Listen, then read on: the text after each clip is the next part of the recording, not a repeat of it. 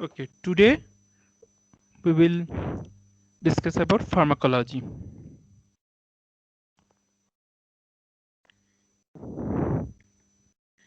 Okay, the first question, pharmacovigilance is done for pharmacy companies to monitor potency and efficacy, monitoring adverse effects of drugs, and monitoring ethical ethical points of the drugs. So, and the answer will be monitoring adverse effects of drugs. So, pharmacovigilance it is the science and activities related to detection, assessment, understanding, and prevention of adverse effects or any other possible drug related problems. Now, its concerns have been widened to herbal medicines or traditional medicines, complementary medicines, blood products as well, biologicals, other medical devices also, and vaccines also. So pharmacovigilance is the science and activities related to detection, assessment, understanding, and prevention of the adverse effect in the adverse effect on and monitoring the adverse effect of the drugs. Okay, next question. 100% bioavailability is seen with which route? 100% bioavailability. Answer will be intravenous. Intravenous, actually bioavailability means is the fraction of unchanged drug reaching the systemic circulation. This is the most important point, systemic circulation. The amount that is being consumed or that is being given to the patient, the amount that is being given to the patient, how much amount is reaching, how much amount of the drug is finally reaching to systemic circulation. Systemic circulation. In case of oral, per oral, most convenient for the patient's perspective, but bioavailability is 5% to less than 100%. It depends on the drugs, which drugs are being given, due to fast pass metabolism.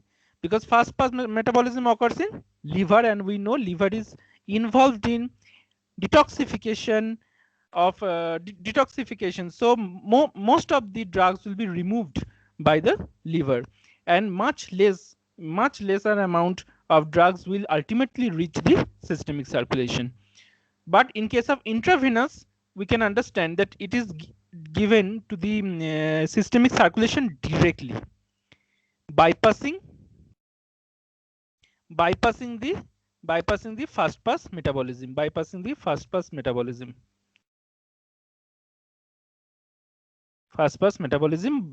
which happens in liver. Okay, and also transdermal bioavailability 80 to 100%, parectal 30 to less than 100%, intramuscular 75 to 100%. But 100% bioavailability occurs in intravenous route of administration. So when during emergencies and all, we choose this route. We choose the IV route. In case of drug is given orally, bioavailability shall be less than 100 due to incomplete extent of absorption. Another thing is, other than fast pass metabolism, par oral, another disadvantage of par oral route is extent of absorption, because the whole amount of the drug may not be absorbed by the digestive system, because it can be destroyed. It can be destroyed by the stomach acid also, and other enzymes also.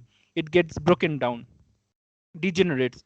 That is why, so number one, the extent of absorption, how much it can be absorbed, and next, liver, that is fast pass metabolism. Next question, true about zero order kinetics.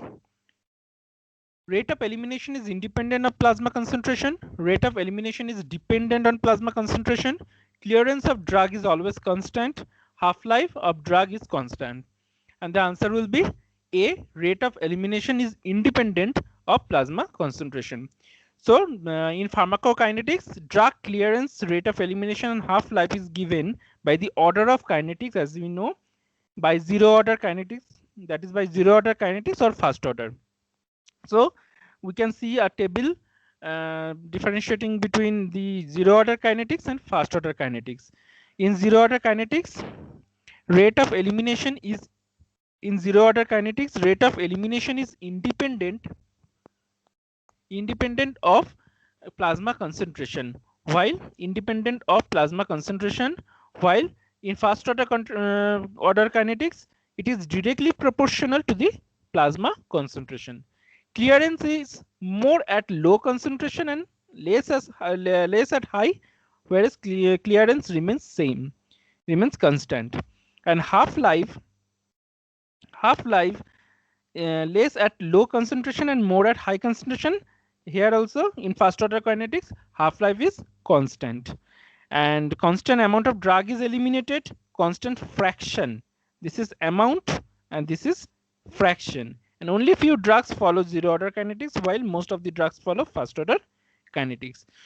So this order of kinetics actually governs the pharmacokinetics of drugs, how it will be the pharmacokinetics of each drug. So we can by studying this zero order kinetics and first order kinetics, or we can say pharmacokinetics, we can understand the nature of elimination, rate of elimination, the clearance of the drug, how much time the drug will be effective in our body, like half-life, then how much amount or it will be eliminated per unit of time. So we can have the knowledge regarding the drugs by studying pharmacokinetics. Okay, next question. All drugs are metabolized by acetylation except phenytoin, isoniazid, procainamide, hydrolazine. Answer will be phenytoin.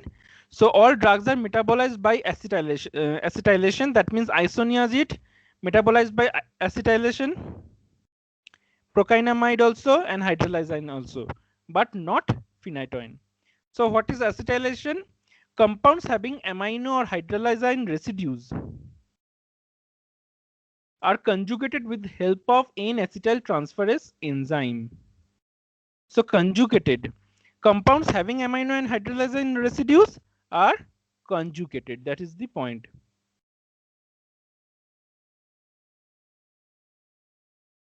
Are conjugated. So if acetylation is slow, it's toxic. If it is fast, then not effective or effectiveness decreases, and normal acetylation is effective.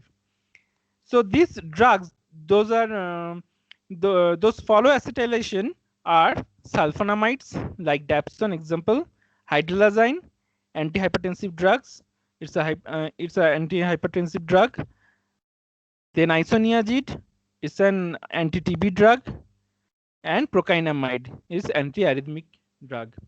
Okay, so these are the drugs which can be remembered like SHIP, sulfonamide, hydrolazine, isoniazid, procainamide. They follow acetylation. They follow acetylation. Phenytoin is an anti-epileptic drug. So what is about phenytoin? It is an anti-epileptic drug, always confused with procainamide in SHIP drug, but not. Phenytoin doesn't come under SHIP drug.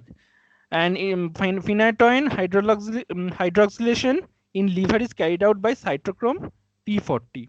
So not acetylation, instead phenytoin undergoes hydroxylation in liver, which is carried out by cytochrome P40.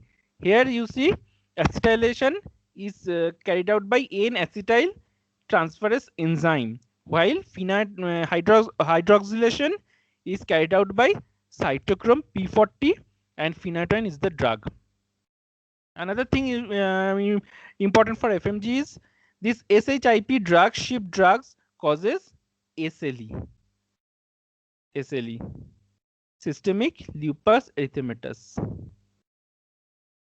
Systemic lupus erythematosus. Okay, so this is about acetylation. Disulfiram acts by competitive inhibition of which enzyme? Alcohol dehydrogenase, aldehyde dehydrogenase, alcohol carboxylase and aldehyde carboxylase. So the answer will be aldehyde dehydrogenase. Now disulfiram, first of all, disulfiram is what? What is disulfiram? It is an anti-craving agent for alcoholics. Anti-craving agent for alcoholics, which has been used as an aversion technique in alcoholics. So disulfiram acts by inhibiting aldehyde dehydrogenase. If a person still takes alcohol while on disulfiram treatment, alcohol will be metabolized as usual, but acetaldehyde accumulates. This accumulation of acetaldehyde gives some distressing symptom like flushing, burning sensation, throbbing headache, perspiration,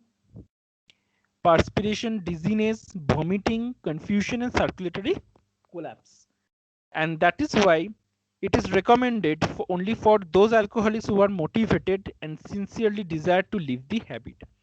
And this accumulation of acetaldehyde will give you so many distressing symptoms to the person concerned, and the person will eventually leave alcohol.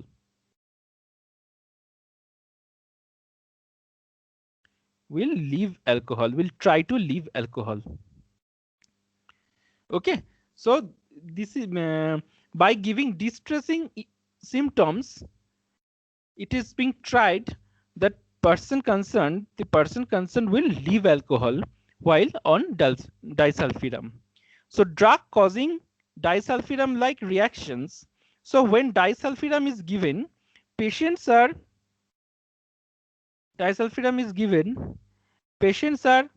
motivated that their treatment of alcoholism is going on. That means they have to leave alcohol, but they are unable to leave alcohol due to craving. And when they will be on disulfiram therapy, and even if they are on disulfiram therapy, if they consume alcohol, what will happen? There will be some distressing symptoms, and it will be known to them that there will be distressing symptoms. But due to these distressing symptoms, experience of distressing symptoms, ultimately the person will the craving of that concerned person will decrease. He or she will try to avoid alcohol, start avoiding alcohol due to bad experience. Okay, so there are other drugs also which have disulfiram like reactions, but these are not used for anti-craving agent, these are not used for anti-craving agent for alcoholics. These are not used. So if a person takes all these drugs and then consume alcohol, these distressing symptoms will appear. But this is not the part of treatment. So that is why you need to know which are the drugs that cause disulfiram like distressing symptoms, like metronidazole, chlorpropamide, cefoperazone, cefotetine, trimethoprim. Other drugs that decrease the craving for alcohol and smoking also: naltrexone, acamprosate, topiramate, ondansetron. Ondansetron is a very good antiemetics as well. Other important facts you need to know for FMG are like drugs which inhibit alcohol dehydrogenase is fomepizole.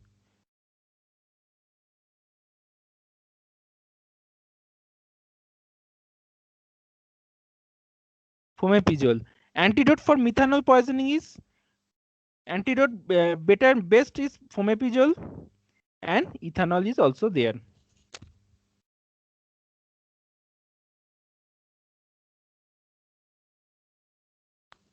Antidote for ethylene glycol poisoning is fomepizole. So fomepizole is the drug which inhibit alcohol dehydrogenase. Number 1, inhibit alcohol dehydrogenase.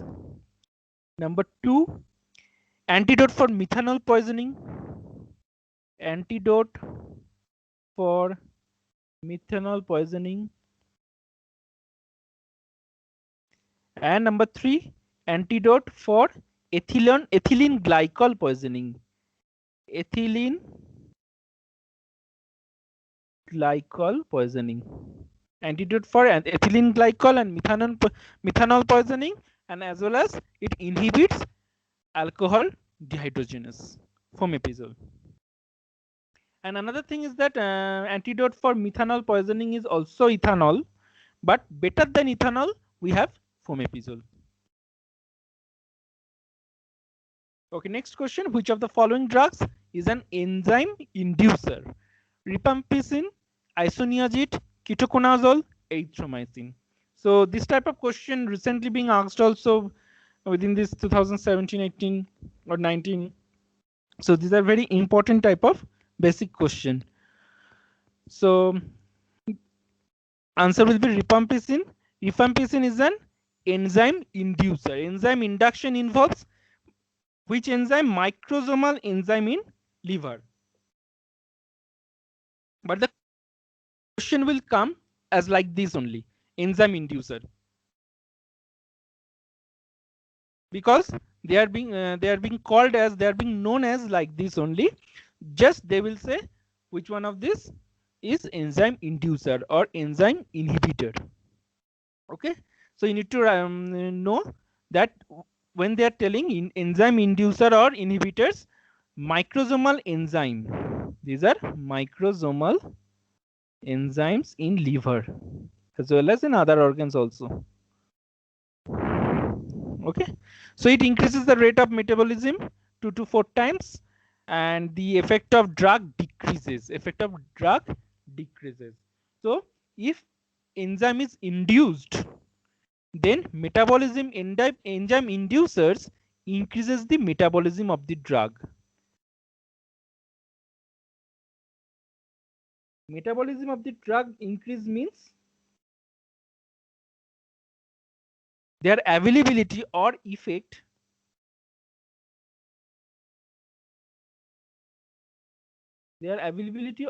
will decrease. So in enzyme inhibitors, now they also involves microsomal enzyme. It inhibits microsomal enzyme, decreases the drug metabolism and increases the duration. So they do opposite. They do the exactly the opposite thing of inducers. They decrease the drug metabolism rate and increases the duration of the drug actions. Okay, so like warfarin plus enzyme inducer if given, warfarin plus enzyme inducer is given, then thrombosis may occur. Warfarin metabolism increases, action of warfarin diminishes rapidly, and thrombotic condition arises. That's why if you combine warfarin with any enzyme inducer, any suitable enzyme inducer, then in spite of anticoagulation, instead of anticoagulation, there can be thrombosis, thrombotic condition. Rise of thrombotic condition can occur. Okay, so this is one example. Another example is if warfarin is mixed with enzyme inhibitor, any suitable enzyme inhibitor, then there will be bleeding, because warfarin, as you know, warfarin is a anticoagulation agent, and if enzyme inhibitor is given, then enzyme this microsomal enzyme will be it will be inhibited, and if it is inhibited, metabolism will decrease and duration of the drug action will be increased. Thus the effect of the drug will increase. Now what will happen if the effect of warfarin increases? There will be more anticoagulation, more and more anticoagulation, easily it will bleed. Okay, so this is the significance of enzyme inducer and inhibitors, and combining them with drugs to increase the effect or decrease the effect of the said drug, of the concerned drug. Okay. Okay, next, the purpose of phase 3 clinical trial is to ensure drug safety and its non-toxicity, to check its effectiveness, to compare with existing drug to note down long-term side effects. So the answer will be to compare with existing drug. So let's revise. What are the phases of clinical trials? These are the phases of clinical trials. Phases of clinical trials. Okay.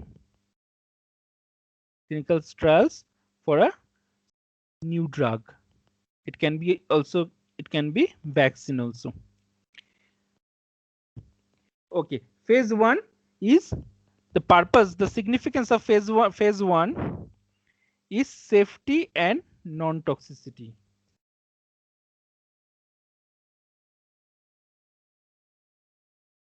Safety and non-toxicity, and in phase 1, healthy human volunteers are inducted in this study.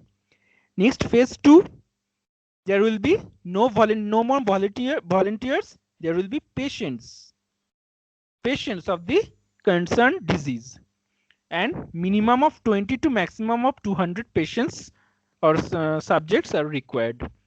And the purpose is effectiveness, how much effective this new drug is. Phase 3, again patients, comparison with the existing drug, and this is the most important phase. Most important phase, because maybe it is safe. For example, for a new drug, there is a new drug. Now that new drug is found to be safe. The new drug is found to be effective as well. But that new drug, while in the phase 3, it shows that almost the same effect of the existing drug. Then what is the use of launching that drug? There is not significant gain in launching the new drug. That is why it will not be launched then.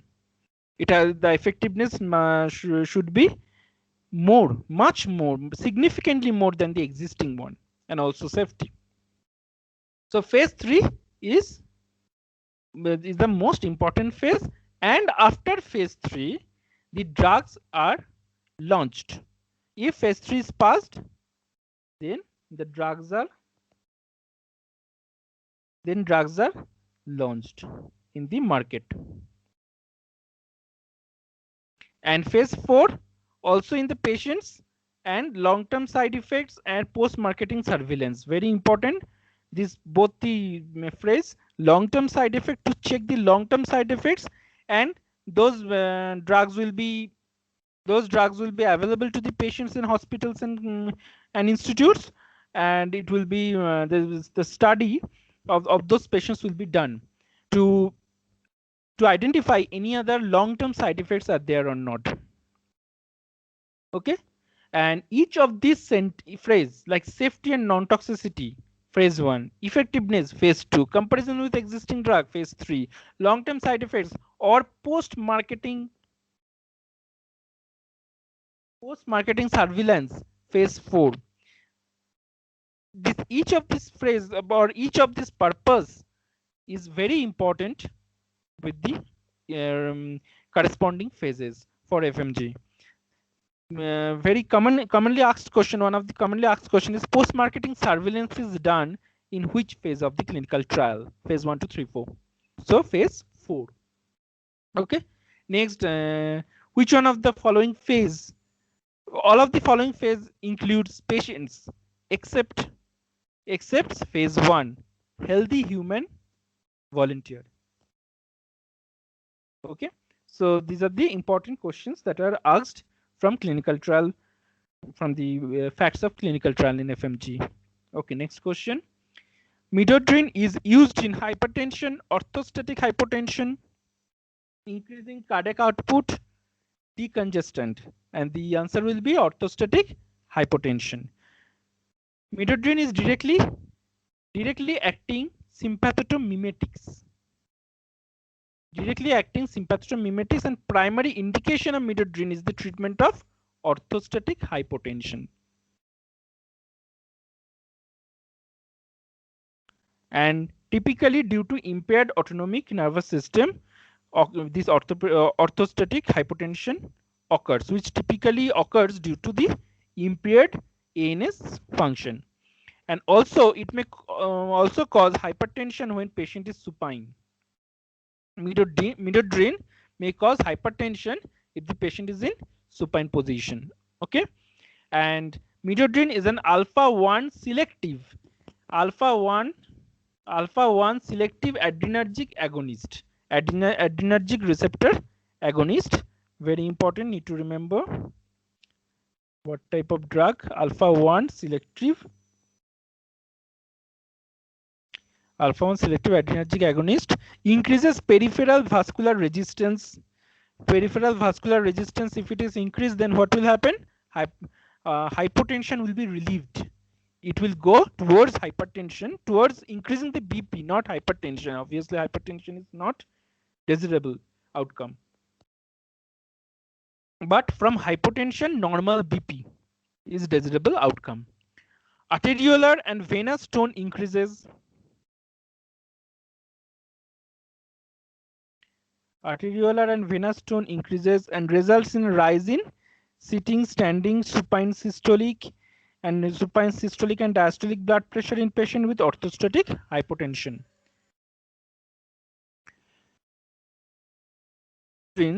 Includes paresthesia, piloerection, piloerections of hairs, piloerection, pruritus, supine hypertension, urinary retention or urgency.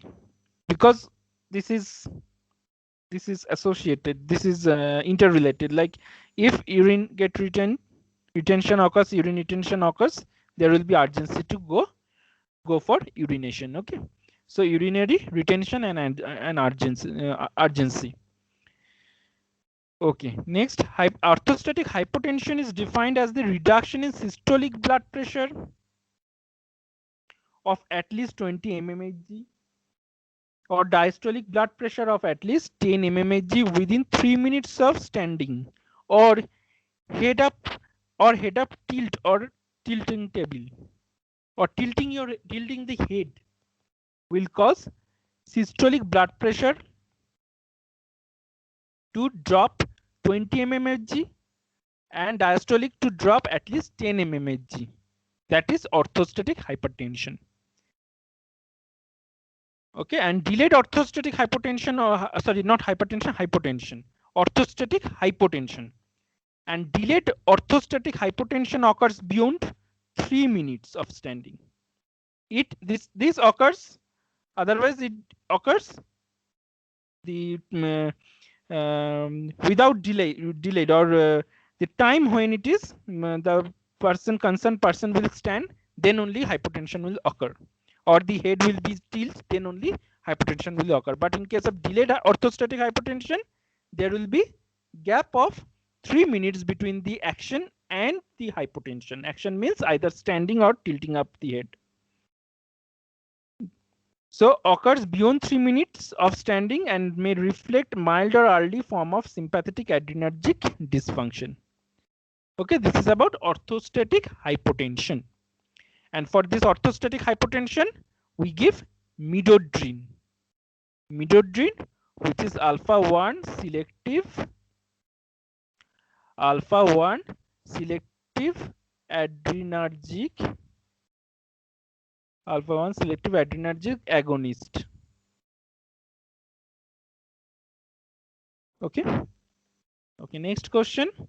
Longest acting beta adrenergic blocker. Longest acting beta adrenergic blocker: atenolol, sotalol, nadolol and esmolol. So the answer will be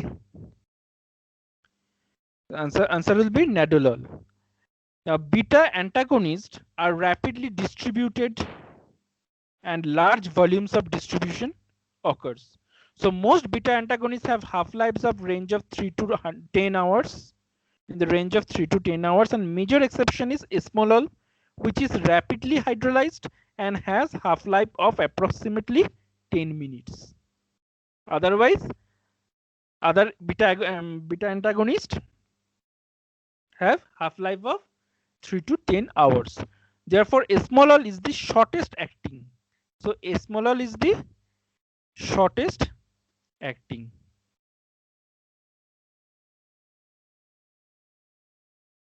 Shortest acting blocker, beta blocker. And nadolol is excreted unchanged in the urine. Nadolol is excreted unchanged in the urine and has longest half-life of any beta antagonist. Up to 24 hours is more than 10 hours average, which is the average half-lives of most of the average half-life of beta antagonists, all the beta antagonists. So more than the average, much more than the average, that is nadolol. Longest half-life. That is why longest half-life means longest duration of action. Duration of action, DOA, longest acting, and that is 24, up to 24 hours. Okay. Half-life of nadolol is prolonged in renal failure. As you can see, nadolol is excreted unchanged in urine. It has a kidney has a role in excretion of nadolol. Excretion of nadolol. Now, if there is renal failure, then nadolol half-life or the excretion is hampered, and half-life duration of the action increases. Nadolol stays for longer time in the body.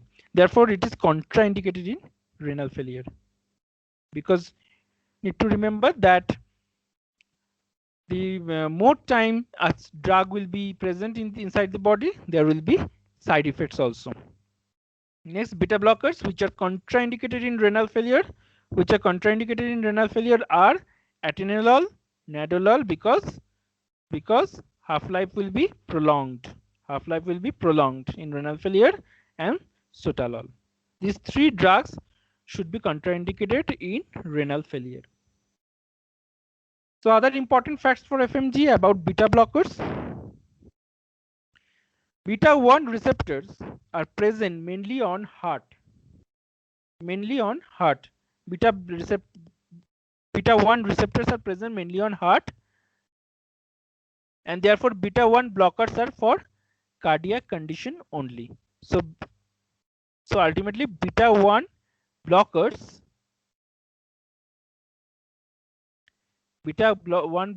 should be given in cardiac condition only.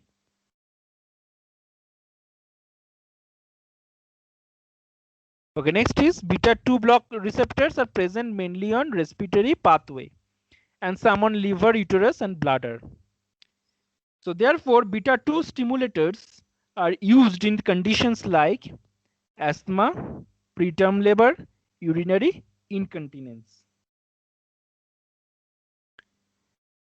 Okay, next, most cardioselective beta blocker is nebivolol. Longest acting is nadolol, and shortest acting is esmolol. Esmolol is the shortest acting. This.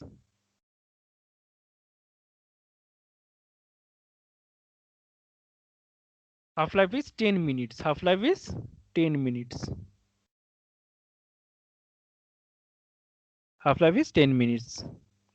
And beta blocker, which is the DOC in open angle glaucoma, that is timolol. Okay. Okay, next question. Which of the following is non-selective alpha blocker?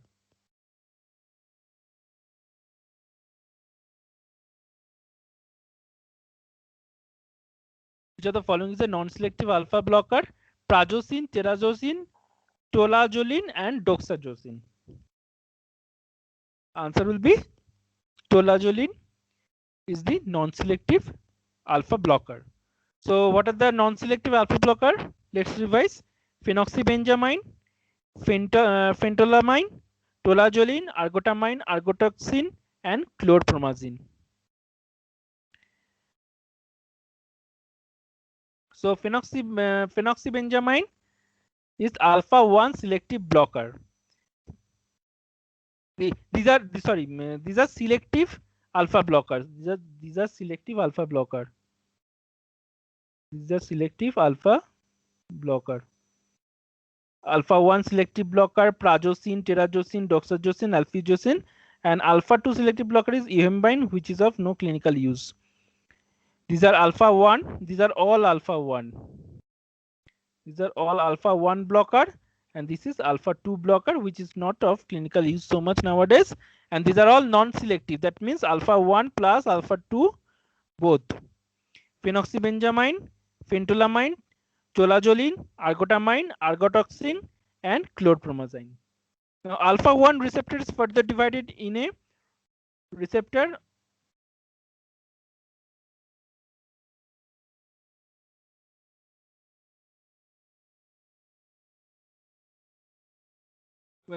in two types of receptor, which is one present in prostate, another in blood vessels. And selective alpha 1 blocker is tamsulosin. Tamsulosin is selective alpha 1 blocker. Tamsulosin.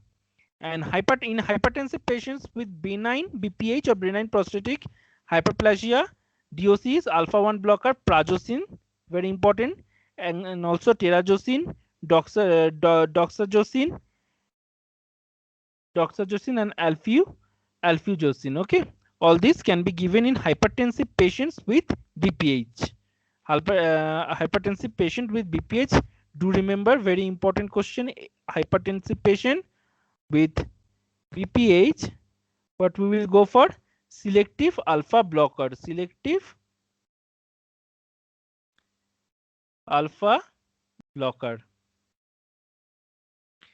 Okay, prazosin, terazosin, doxazosin, and alfuzosin. Non-hypertensive patients with BPH, DOC is tamsulosin. Only so non-hypertensive with BPH, that means only BPH. We go for tamsulosin.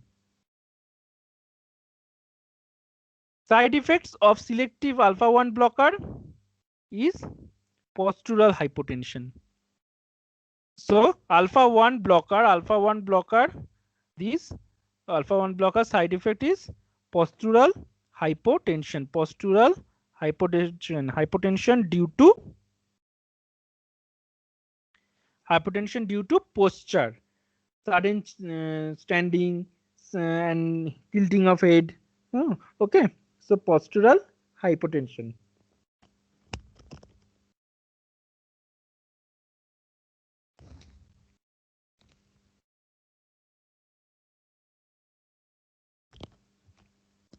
Okay, next, DOC for pheochromocytoma phenoxybenzaimine. DOC for pheochromocytoma is phenoxybenzaimine. Here also hypertension occurs. Severe hypertension occurs, in fact. DOC for reaction and clonidine induced rebound hypertension is phentolamine and tolazolene.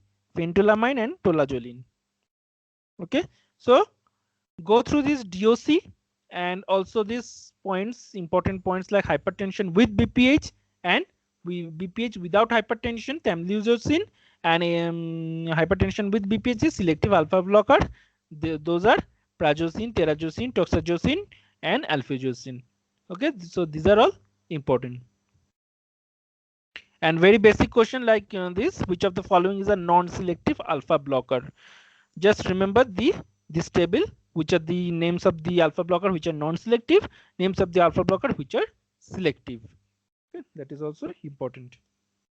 All of the following drugs causes mydriasis except pilocarpine, epinephrine, atropine, phenylephrine.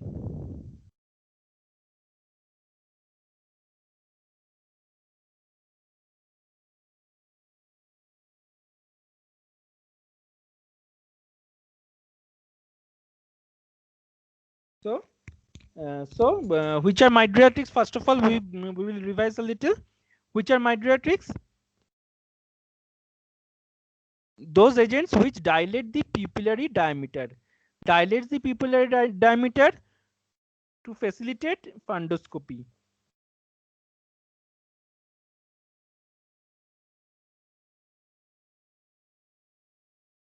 To facilitate fundoscopy. For fundoscopy, For fundoscopy, this pupillary diameter is dilated.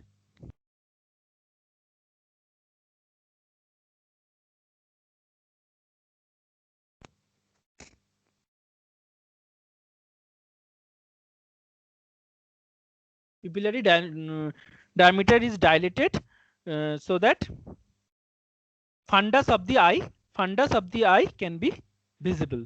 Okay, so that the ophthalmologist or the doctor can see the fundus of the eye.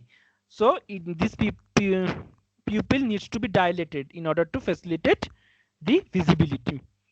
So mydriatics are given and mainly innervated mydriatics are given. So mydriatics like atropine, epinephrine and phenylephrines are there. Pilocarpine is not. Okay, pilocarpine is not mydriatic. Now stimulation of parasympathetic system constricts pupillary diameter. This constriction of pupillary diameter is meiosis. Meiosis, while stimulation of sympathetic system dilates it, that is mydriasis. Anticholinergics like atropine and sympathomimetic phenylephrine and cocaine drugs result in mydriasis. So phenylephrine, and epinephrine. Okay, these are sympathomimetics and anticholinergic like atropine are all these drugs causes what? Causes mydriasis.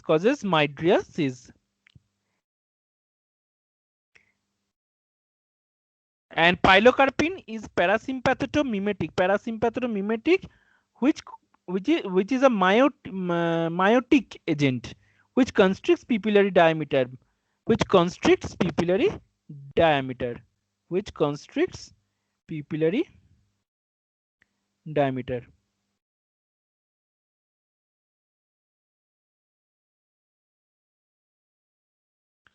Okay, so meiosis, it causes meiosis, and they causes mydriasis. This epinephrine, phenylephrine, and atropine, they causes mydriasis to facilitate increases or dilate the pupillary diameter.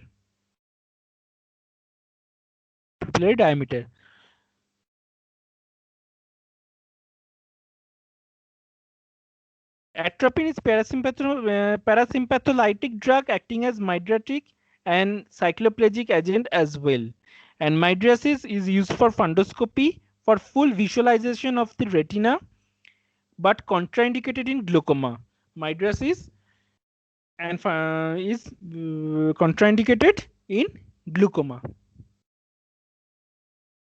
In glaucoma, as part of the treatment of glaucoma, we use pilocarpine.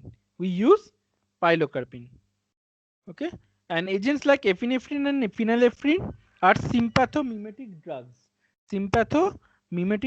Which stimulate sympathetic system and resulting in dilation of the pupillary diameter. Okay, so epinephrine and phenylephrine, they are sympathomimetic drugs stimulating the sympathetic system and resulting in dilation of pupillary diameter.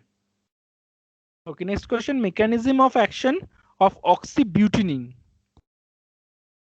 Mechanism of action of oxybutynin: cholinergic, anticholinergic, adrenergic, selectively inhibits M2 receptors. Okay, so the answer will be oxybutynin is anticholinergic. Mechanism of action is cholinergic muscarinic receptors antagonist. Very particularly, if we have to tell, then muscarinic receptor antagonist. We know that cholinergic receptors are of two types, right? One is muscarinic, another is nicotinic. Okay, muscarinic and nicotinic. So this oxybutynin actually inhibits muscarinic receptors. Oxybutynin inhibits muscarinic receptors. Okay, and it is selectively M1 receptor blocker used to relieve bladder spasm.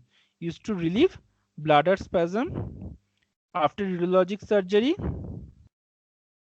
Example, prostatectomy, and it is also used to relieve urinary and bladder difficulties, including frequent urination, inability to control urinations, and decrease in the muscle spasm of the bladder. So, oxybutynin is used in number 1 to relieve bladder spasm, to relieve bladder spasm. Bladder spasm. Okay. After surgery, after urologic surgery. Like prostatectomy, and used to relieve urinary and bladder difficulties as well, including frequent urination. If there is frequent urination, if there is inability of the patient to control urinations, then it can be used. And it competitively antagonizes the M3 subtypes of the muscarinic receptors also. Okay, and M3 receptors blockers are other M3 receptor blockers includes solifenacin, oxybutynin, flavoxate, and tolterodine and darifenacin. Okay, so this is about oxybutynin. Okay, in which drug extrapyramidal side effects is not seen?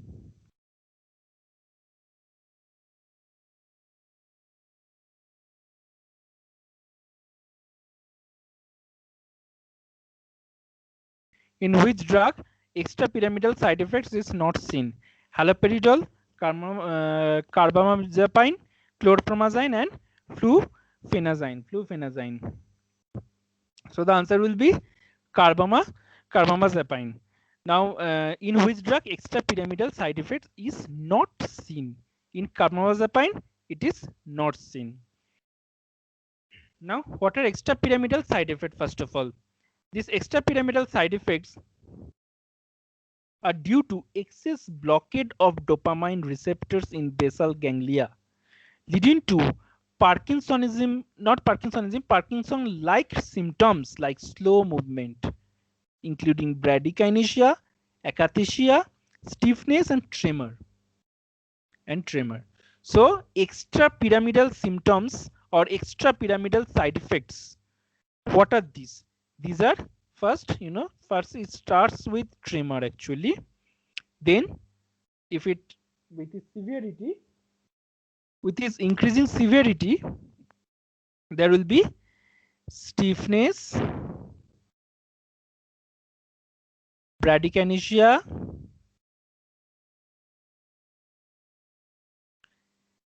akathisia. Okay, so these are extrapyramidal side effects or symptoms, and it occurs due to the excess blockade. Also note this excess blockade or blockage, whatever, blockade of dopamine receptors in basal ganglia. Now, EPS or extrapyramidal side effects or symptoms most commonly seen with intake of typical antipsychotics, which blocks D2 receptors. Typical antipsychotics. Typical antipsychotics are this: strong D2, like haloperidol,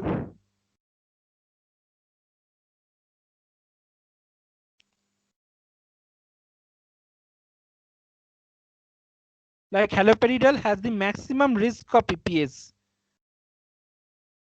And also second strong D2 blocker is droperidol. So first strongest D2 blocker is haloperidol and has the maximum risk of EPS. And weak D2 blocker is chlorpromazine. Thioridazine has minimum risk of EPS. Which has the minimum risk? Thioridazine. Which has the maximum risk? Haloperidol. Intermediate D2 blocker, flufenazine and peclorfenazine. Peclorfenazine and flufenazine are the intermediate D2 blocker. All these are typical antipsychotics. So extrapyramidal symptoms One of the earliest is dystonia. And if dystonia occurs, for example, if this haloperidol is taken and then dystonia is occurred, then how to manage that dystonia? Benjexol. Benjexol will be given to counteract that.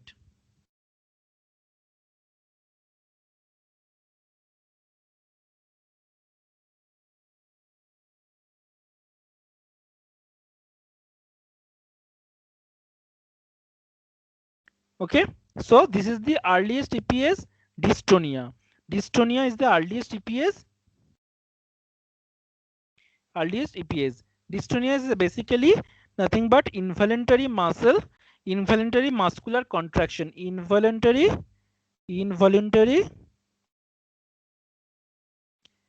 muscular contraction. Contraction causing repetitive and twisting movement. Okay, repetitive and twisting movement and twisting. Repetitive and twisting movement dystonia. Next is akathisia. Akathisia most common. Dystonia is the earliest EPS, so earliest EPS is dystonia, but most common EPS is akathisia. Akathisia is most common. Akathisia is most common EPS to be seen. Constantly there will be purposeless movements from one place to another, and the DOC will be, management will be propranolol, PPNL or propranolol, we say propranolol. Okay, so purposeless movement is akathisia. Another point is malignant neuroleptic syndrome or MNS. Malignant neuroleptic syndrome is a severe muscle spasm and high-grade fever after intake of antipsychotics.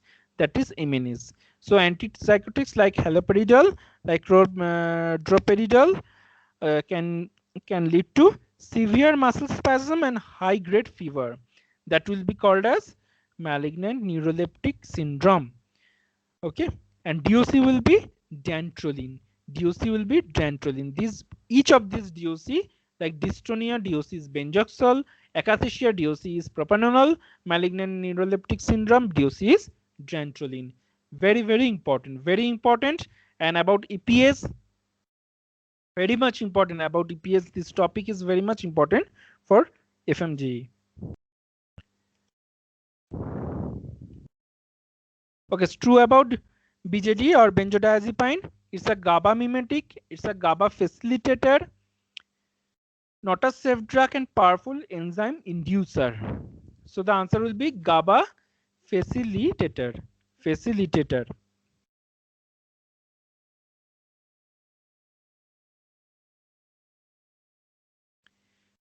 That means it helps the GABA to open the chloride channels. It helps the GABA to open the chloride channels, and once chloride enters, negativity in the neuron increases. That is, hyperpolarization will occur. When chloride will enter, chloride ions will enter, negativity in the neuron increases and hyperpolarization occurs, leading to depressed neurons. Okay, so GABA is, as we know, inhibitory neurotransmitter, and BJD helps GABA to open the chloride channels and leading to depressed neurons, and it is barbiturate, which is a mimetic. Okay, GABA mimetic is barbiturates.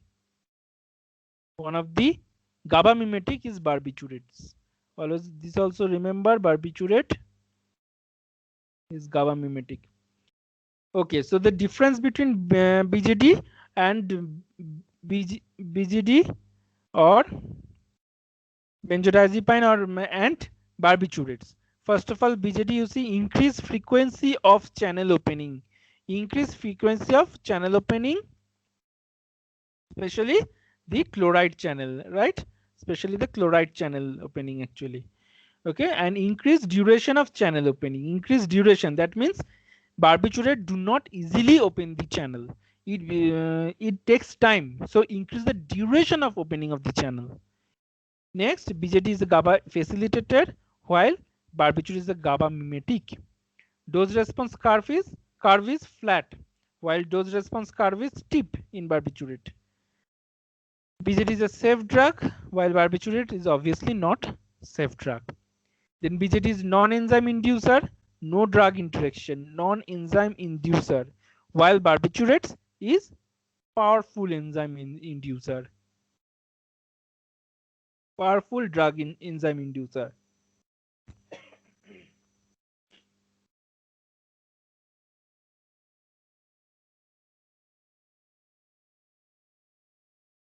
With BJT, it is less amnesia occurs, while in barbiturates, while with barbiturates there will be strong amnesia. And very, very important point, the antidote of BJT is flumazenil, and for barbiturate there is no antidote now. Okay, so flumazenil is as antidote of BJT. Now this is also a very important MCQ. Flumazenil is antidote for BJT poisoning. Okay.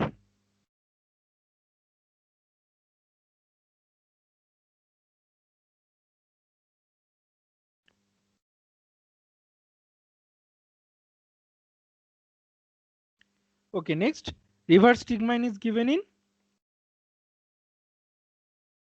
Parkinsonism, Alzheimer's disease, schizophrenia, OCD. So answer is Alzheimer's disease, as we know. Now, reverse stigmine is a parasympathomimetic drug used for treatment of mild to moderate dementia. Okay, reverse stigmine is given for mild to moderate dementia of the Alzheimer's type and dementia due to Parkinson's disease as well. But mostly it is used for Alzheimer's disease. We know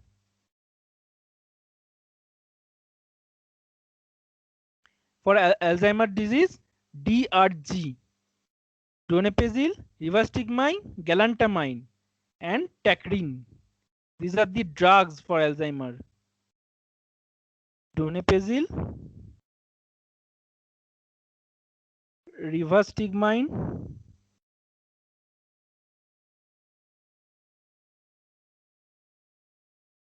galantamine, and tacrine. These are the drugs for Alzheimer's disease. Next, DOC for OCD is fluoxetine. OCD is fluoxetine.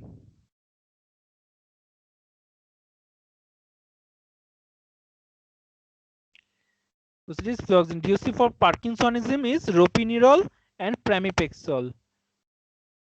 Ropinirole and pramipexole. DOC for drug-induced Parkinsonism. Drug-induced Parkinsonism is benzoxole. Drug-induced. And for schizophrenia, we will discuss in details in psychiatry. The next class only psychiatry will be discussed. So this is about reverse stigmine. Okay. Next question: high levels of PRL, prolactin. PRL means prolactin. High levels of PRL due to pituitary tumor. Prolactin hormone. Due to pituitary tumor can be well managed by high levels of prolactin due to pituitary tumor can be well managed by benzoxole, ropinirole, bromocriptine, and pramipexole. So it's easy. Answer will be bromocriptine. Ergot's derivatives. Ergots are the derivatives from fungus claviceps purpurei, and compounds are ergotamine, ergotametrine, ergotoxin, bromocriptine, methisargide, and LSD. So bromocriptine is used. These drugs possess partial agonistic and antagonistic effect on 5-HT dopaminergic receptors, and ergot derivatives can cause dry gangrene of hands and feet as well as coronary vasospasm.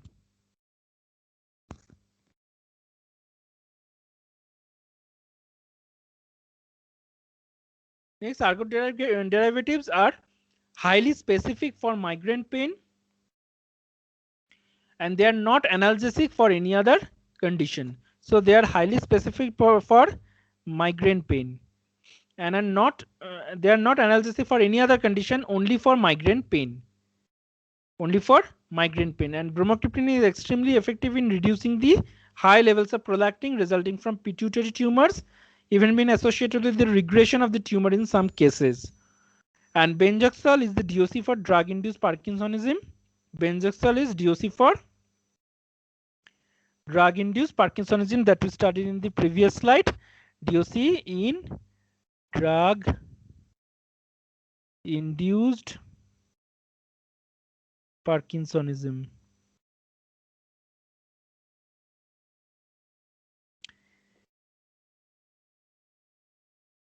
Ropinirole and pramipexole is non-ergot derivative drug, and is DOC for Parkinsonism. Ropinirole and pramipexole. Ropinirole and pramipexoles are used in Parkinsonism, PD, Parkinson disorder. Bromocriptine for high levels of PRL prolactin due to pituitary tumor.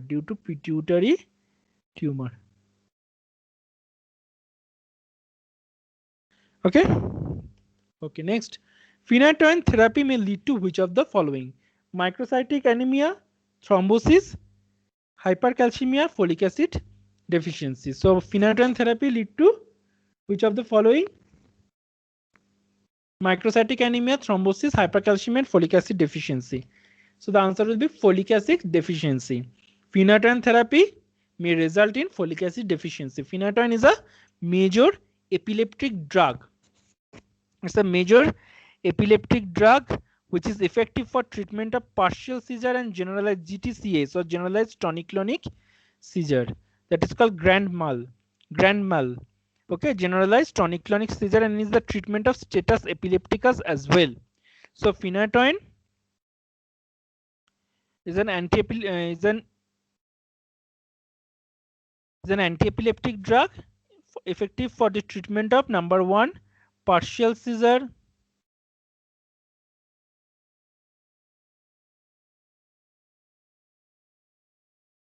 GTCS, status epilepticus.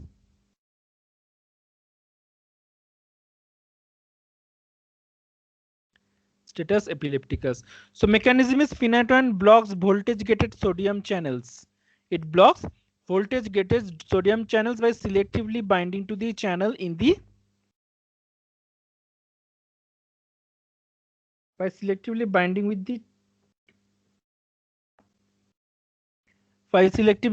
to the channel in the inactive state and slowing its rate of recovery. Slowing the rate of recovery of the channels.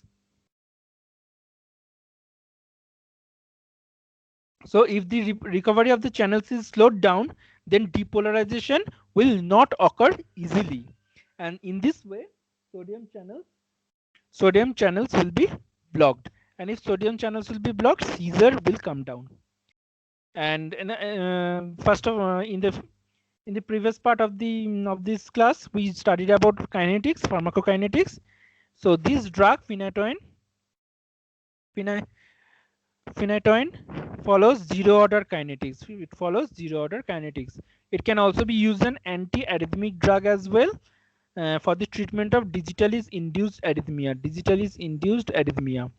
Use of phenytoin during pregnancy can cause fetal hydantoin syndrome characterized by hypoplastic phalanges, cleft lip palate,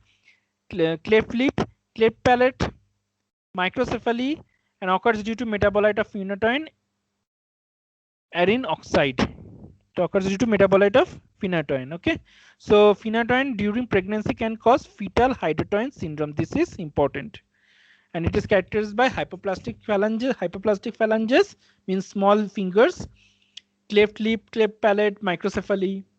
Okay, phenytoin decreases folate absorption. This is the most important point of this For this MCQ, phenytoin decreases folate absorption.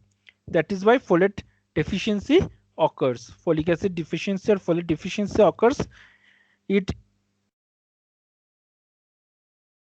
And so if folic acid deficiency occurs, what will happen?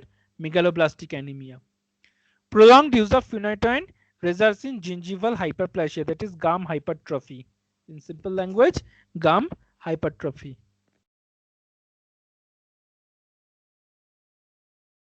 It can inhibit insulin release.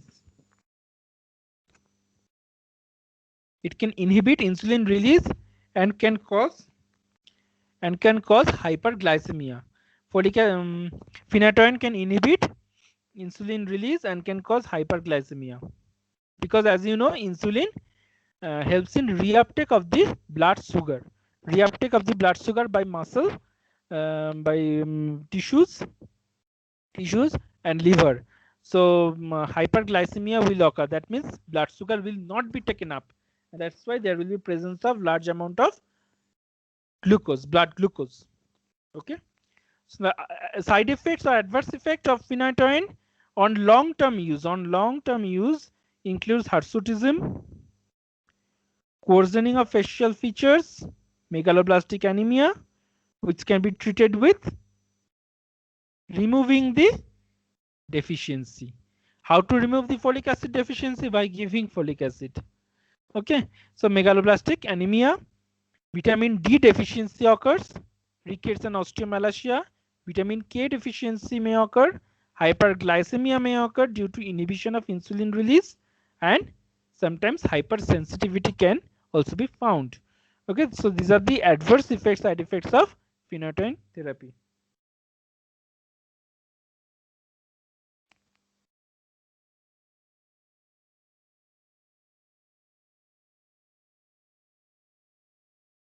Which of the following acts by inhibiting cell wall synthesis? Sulfonamide, quinolone, tetracycline, vancomycin.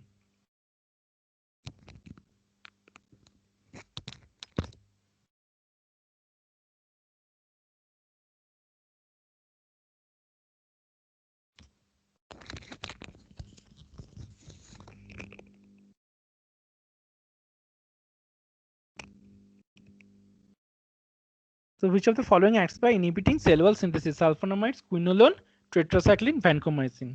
And the answer will be vancomycin.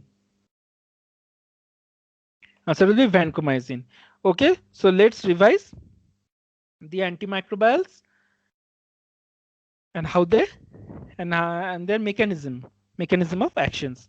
So if we say antibiotics, these antibiotics can be broadly divided based on their actions, based on their mechanism of actions by cell wall, which interfere with the cell wall synthesis, protein synthesis, and nucleic acid synthesis.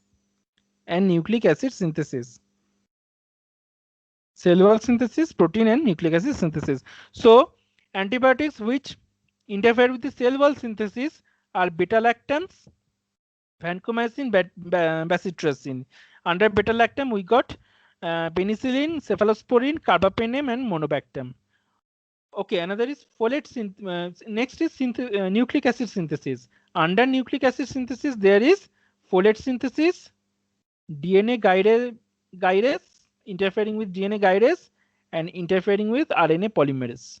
So sulfonamide trimethoprim interferes with folate synthesis, while quinolone interferes with DNA gyrase, rifampicin interfere with RNA polymerase. And protein synthesis, it can interfere with 30S subunit, it can interfere with 50S subunit. Tetracycline aminoglycoside interferes with 30S subunits, while macrolide, clindamycin, linezolid, chloramphenicol, streptogramins interfere with 50A subunit. Okay, and cell wall synthesis, beta-lactam, vancomycin, bacitracin, and cell membrane, polymyxin, interference with the cell membrane. Okay, so this is also there. Cell wall synthesis, next nucleic acid synthesis, and next protein synthesis. So this is quite direct question, but important question. Direct question, but important question, because questions do come in FMG from this part. Okay, so you need to remember each one of these with their respective mechanisms. Which one is folate synthesis, which one is DNA guidance, RNA polymerase, 30S, 50S are unicell cell membrane, etc. Okay.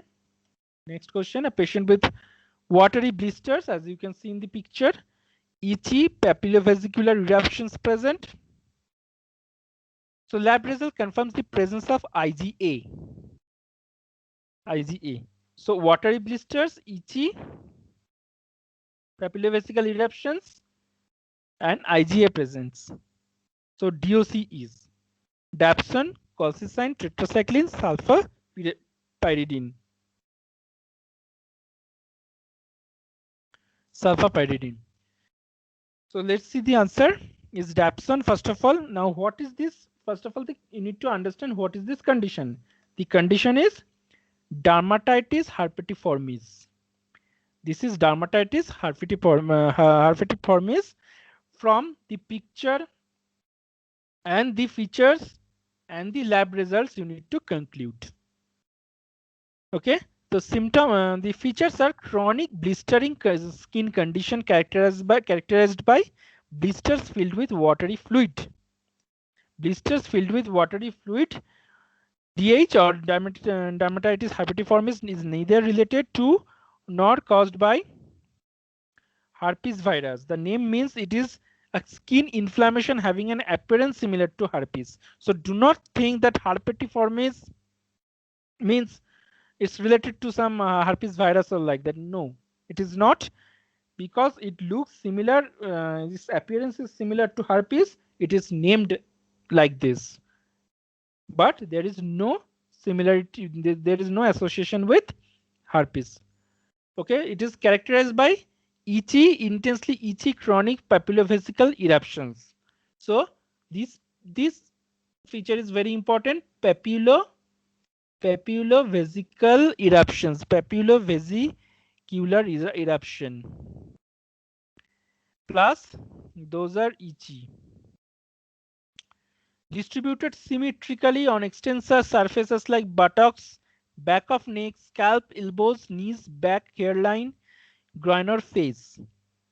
And diagnosis: simple blood test which will show IgA antibodies, and by skin biopsy can be done for confirmation, in which the pattern of IgA deposit is found in the dermal papillae revealed by direct immunofluorescence. Okay, so in skin biopsy, pattern of IgA deposits in dermal papillae. Very important. If skin biopsy is done, what will be found? Pattern of IgA deposits in dermal papillae, and it revealed by direct immunofluorescence.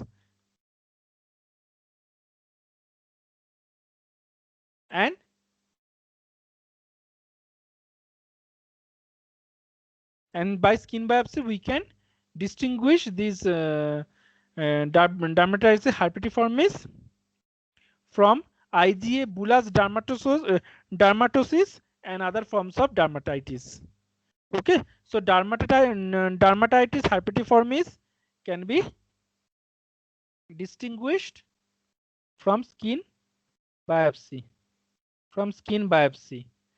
And treatment will be dapsone, which is considered as the DOC for dermatitis herpetiformis. And in case of intolerance to dapsone, other drugs which can be used are colchicine, tetracycline, sulfapyridine.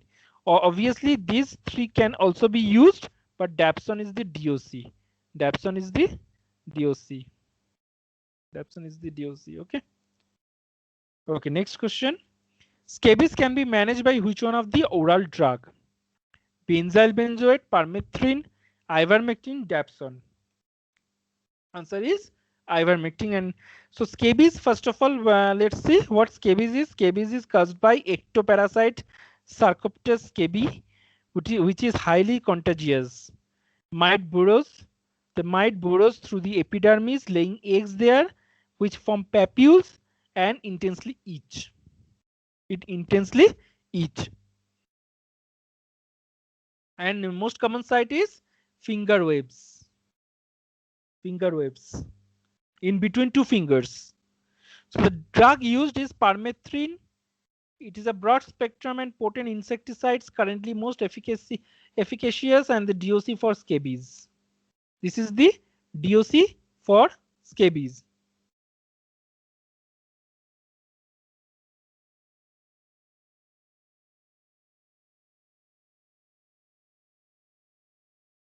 DOC for scabies. Now the question is given, see, it is oral drug. Which one of the following is oral drug? Now permethrin is not oral drug. Permethrin is a topical drug. This is a topical drug, okay? It causes neurological paralysis as part of the side of mechanism. As part of its mechanism, it causes neurological paralysis in the insects by delaying depolarization. Single application is needed mostly. Not a therapy of few days or weeks is required. Just single application is needed. Okay, and these are topical applications. Permethrin, a topical application. Topical on the skin only, and very less toxic for human beings and 100% cure rate. Okay, so it causes neurological paralysis in the insects, that is Sarcoptes scabi, and by delaying depolarization. By delaying depolarization. Next, linden is there. Another broad spectrum insecticide. Efficacy is lower than permethrin obviously, and it kills lice and mites by penetrating through their chitinous cover, chitin protein, chitinous cover, and affecting the nervous system. Benzyl benzoate. Benzyl benzoate is only liquid with a faint aromatic smell. Oily liquid with a faint aromatic smell. It is applied over the face and neck after bath, and second coat is applied next day, which is washed after 24 hours. Next, crotamidon and sulfur can also be the choice. And ivermectin. Now comes to ivermectin. It is highly effective in scabies and as well as pediculosis, and only oral administered drug which is used for scabies, ectoparasitosis. Okay, only oral. So ivermectin is the oral one. Otherwise, mostly all are topical. All are topical. But need to remember that ivermectin is contraindicated in children less than 5 years. Ivermectin with contraindication is very, very important for FMGE. Contraindications are very important for FMG. Contraindication for ivermectin: number 1, children less than 5 years old. Number 2, pregnant women, pregnancy. Number 3, also lactating women, lactation. Okay, so women in pregnant women, lactating women, in the for them do not go for ivermectin, and also children less than 5 years old. Okay, otherwise permethrin is the DOC. Permethrin is topical and DOC, and only among all it is the DOC for scabies. DOC for scabies is permethrin. It causes neurological paralysis in insects by delaying depolarization. Okay, next question. Drug that can cause gray baby syndrome.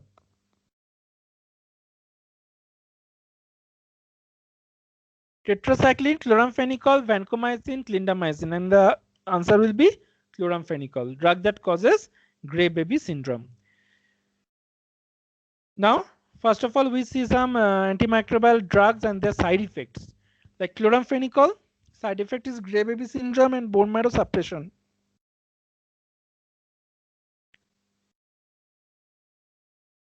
Tetracycline, teeth discoloration of bone growth suppression, phototoxicity, Fanconi syndrome, and vestibular dysfunction. Now, Fanconi syndrome can occur in expired tetracycline also. Expired, which has expired, whose expiry date has gone. Vancomycin causes Redman syndrome, nephrotoxicity, and ototoxicity.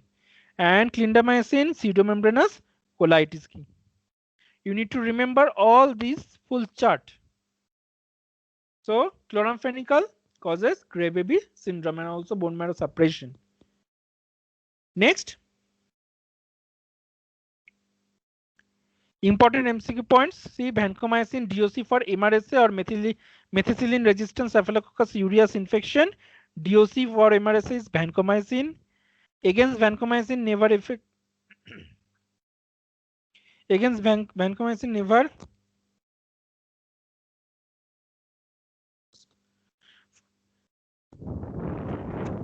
Vancomycin is never effective against Pseudomonas. Beta-lactam never effective against MRSA. So DOC for MRSA is vancomycin. Aminoglycoside is never effective against anaerobes. Most common cause of pseudomembranous colitis is third generation cephalosporin. Caused by third generation cephalosporin. Most common cause of pseudomembranous colitis is third generation cephalosporin. And DOC for pseudomembranous colitis, if pseudomembranous colitis occurs, DOC is metronidazole. So this pseudomembranous colitis, always remember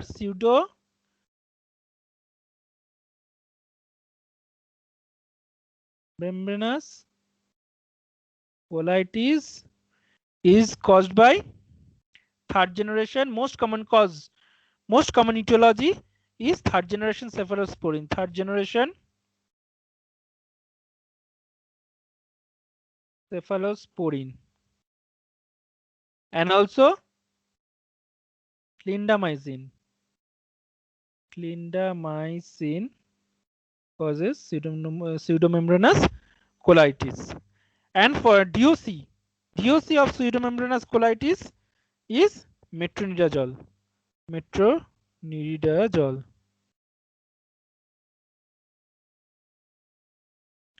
So number 1, third generation cephalosporin, and number 2, clindamycin can cause pseudomembranous colitis, while pseudomembranous colitis can be managed by metronidazole. Reverse transcriptase inhibitors are given for HIV, as we know.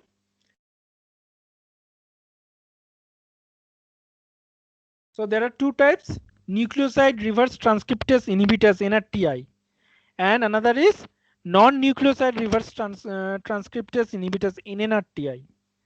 NRTI includes zidovudine, stavudine, didanosine, lamivudine, abacavir, jalcitabine, while NNRTI includes efavirenz, nevirapine, delavidine. All these are NNRTI. Okay, so zidovudine.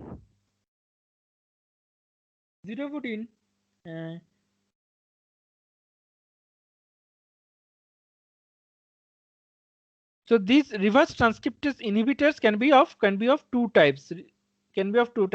One is nucleoside reverse transcriptase inhibitors. Another is non-nucleoside reverse transcriptase inhibitors. Okay, two types. Zidovudine is nucleoside one, NRTI, not NN. NN means non-nucleoside. So zidovudine is most commonly used NRTI in the treatment of HIV. HIV infection, used as prophylaxis in the needle stick injury and to decrease vertical transmission from HIV mother to fetus. So prophylaxis for very important. Zidovudine is prophylactic treatment, prophylactic drug for vertical transmission.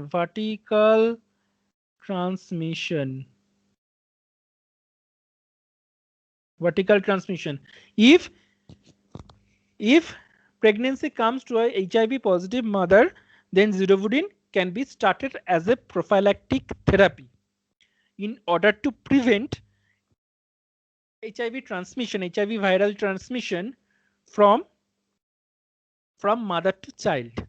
Okay, from mother to fetus. So to stop vertical transmission, to prevent vertical transmission, zidovudine can be started. Okay, next, DOC for decreasing vertical transmission from HIV mother to fetus is nevirapine. DOC is nevirapine. Safest NRTI is lamivudine. All NRTIs causes acute pancreatitis and peripheral neuropathy. So acute pancreatitis and peripheral neuropathy occurs from NRTI. All the NRTI can cause.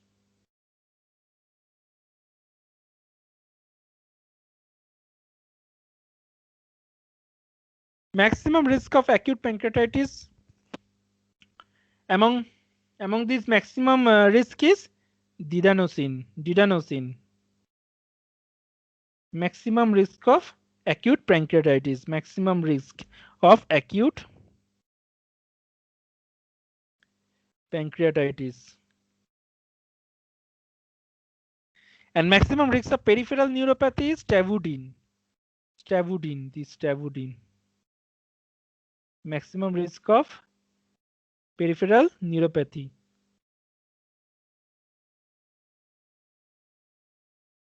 Peripheral neuropathy. Okay, so these points are very, very important. Maximum risk of acute pancreatitis among all NRTIs is didanosine, and the NRTI which has maximum risk of peripheral neuropathy is stavudine. All NRTI causes acute pancreatitis and peripheral neuropathy to a certain extent, but the maximum risk of acute pancreatitis comes from didanosine. Maximum risk of peripheral neuropathy development comes from stavudine. And safest NRTI, then which one is the safest? Lamivudine. Lamivudine is the safest. Lamivudine is the safest.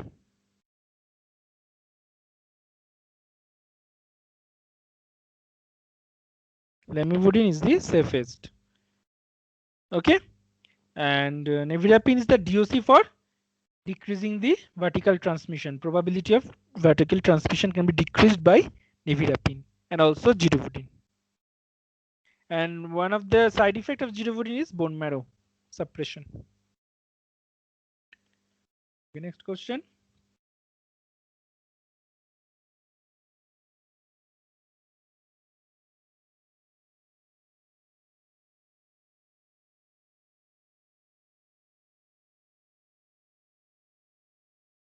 DOC for schistosomiasis is albendazole, ivermectin, praziquantel, none of these.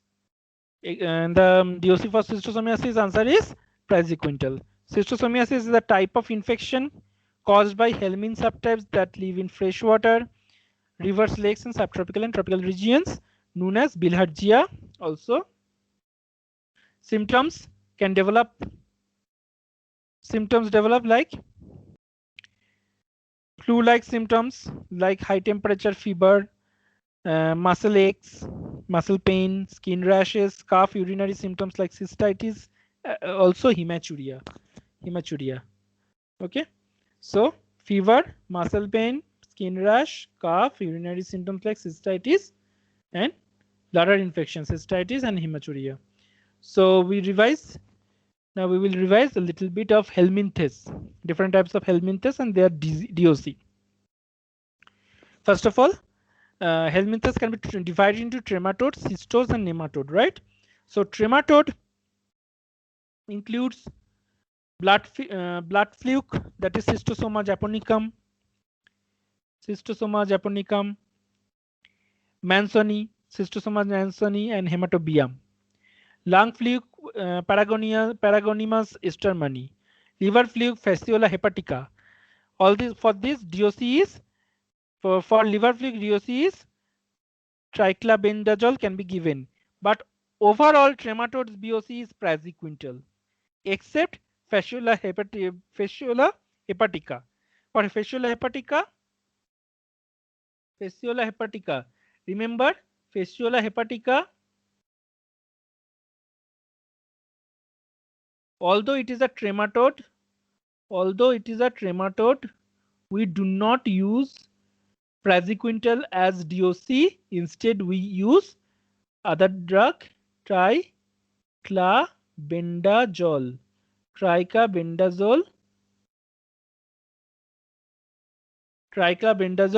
as DOC.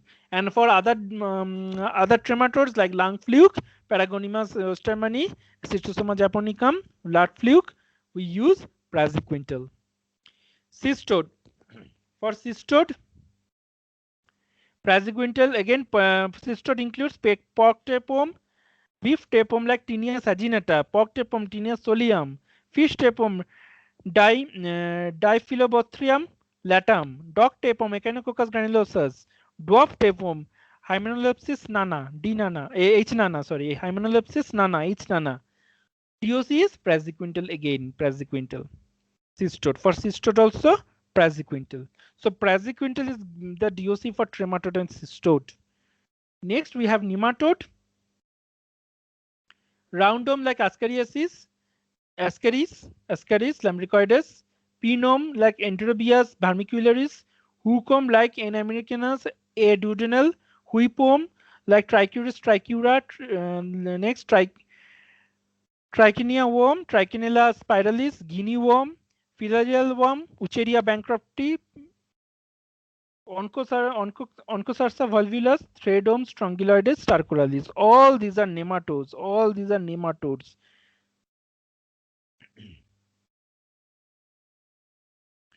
Now, for roundworm, pinworm, hookworm, whipworm, trachea worm, and guinea worm, we use albendazole, DOC, as DOC, albendazole. And filarial worm, for filarial worm, we use Wucheria bankrupti.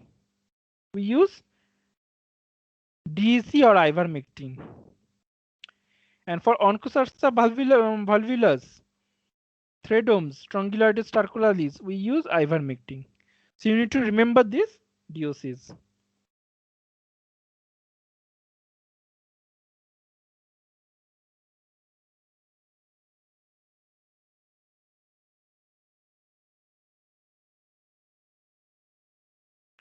Okay.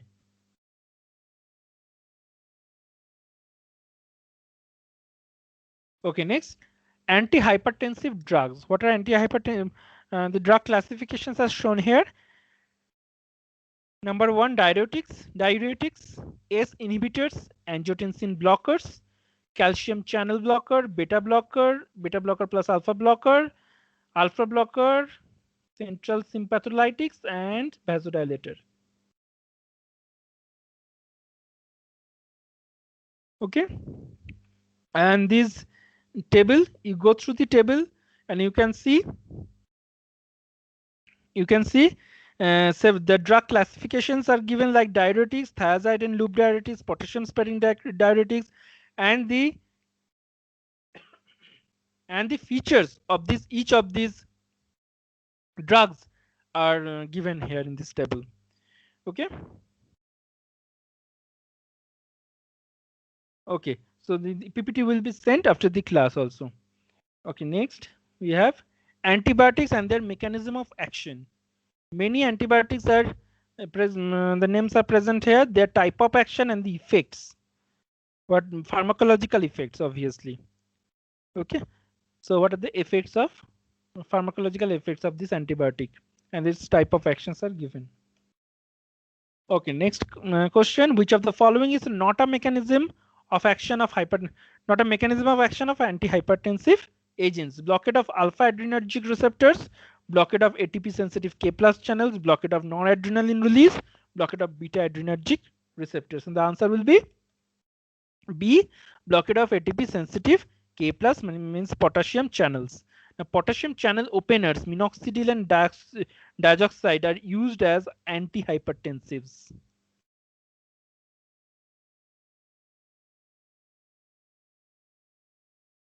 So if we talk about antihypertensives, then they cannot block the ATP potassium channels. They have to agonist. It should be agonist, potassium channel agonist, and not the channel blockers. So for a drug to be an antihypertensive, it has to be potassium channel openers or agonist. We call it agonist.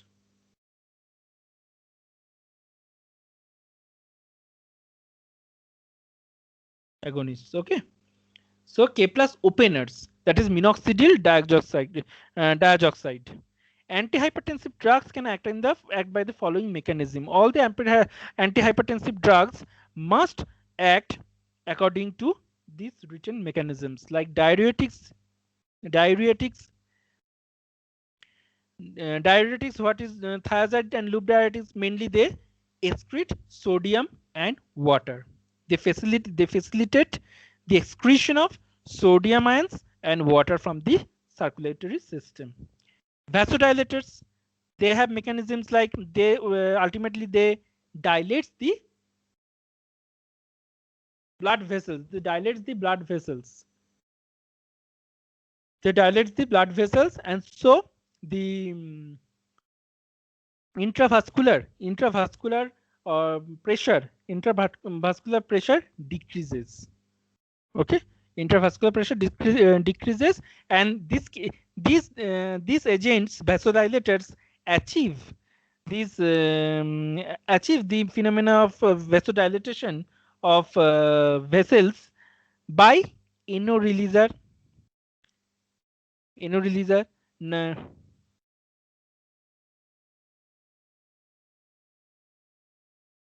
ino releaser means nitric oxide releasers like sodium nitroprusside and hydrolazine. Potassium channel openers like minoxidil and diazoxide. Calcium channel blockers like amlodipine, and D1 agonists like phenoldiazepam. Next, we have sympathetic blockers. They can also act as antihypertensive drugs. They can be subclassified as ganglion blockers like trimethophan, adrenergic neuron blockers, guanethidine, alpha-2 agonists, clonidine, and receptor blockers like alpha and beta blockers. Next, renin-angiotensin system blockers. What does renin-angiotensin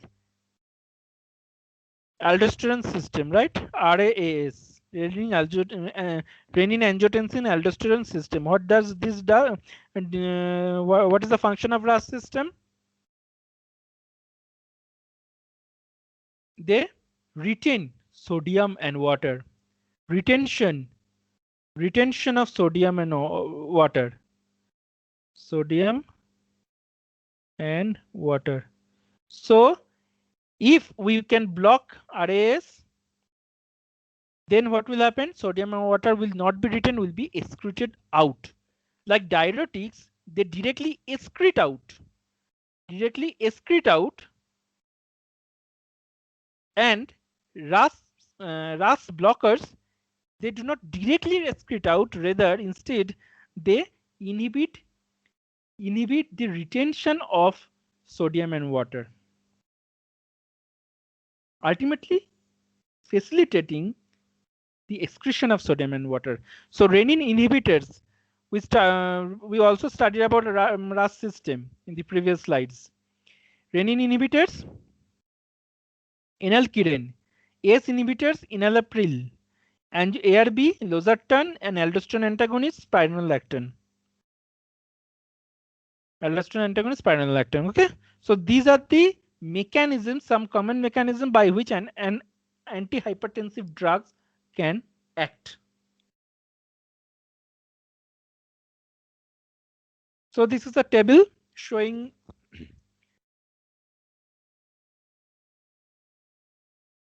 diuretics, and like osmotic diuretic mannitol. Osmotic diuretic mannitol, it inhibits water and solute absorption.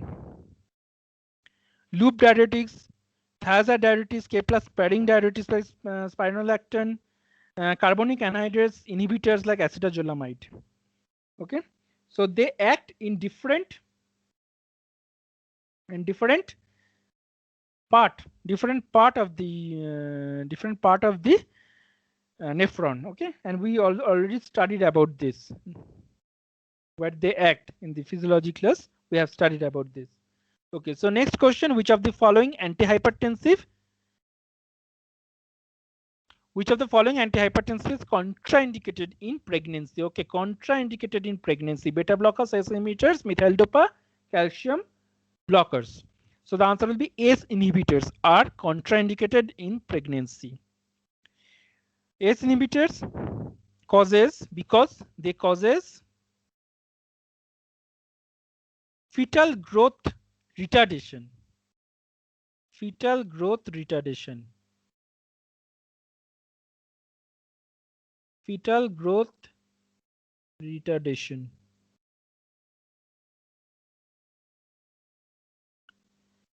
And diuretics tends to reduce blood volume. Increase risk of increase the risk of placental influx. Fetal wastage stillbirth. So diuretics should be need to be avoided as well. And ACE inhibitors also growth retardation, fetal damage.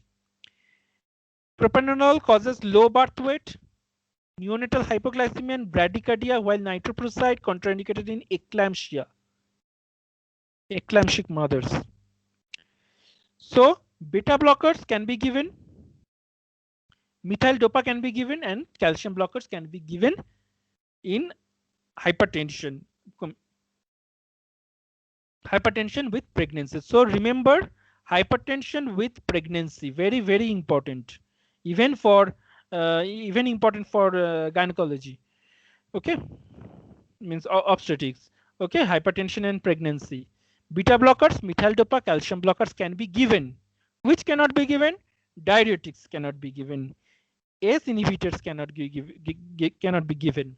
Propranolol cannot be given, and nitroprusside cannot be given. So these are some of the antihypertensive to be avoided during pregnancy. Antihypertensive safer during pregnancy. What are the safer drugs? Beta blockers, first of all, like atenolol, metoprolol, then hydralazine, methyl dopa. Also, other drugs like hydralazine, methyl dopa, atenolol, metoprolol, labetalol, nifedipine, calcium blockers, prazosins and clonidines. Other drugs, example prazosin and clonidine, are also safe. All these drugs are safer during pregnancy as antihypertensive agents. Okay, very important topic. Next, all of the following are true about mechanism of action of antihypertensive drugs except act by sodium potassium ATPase inhibition, thiazide diuretics, alpha adrenergic blockade, and beta adrenergic blockade. So which one of the following is false about the mechanism of action of antihypertensive drugs? And the answer will be act by sodium potassium ATPase inhibition.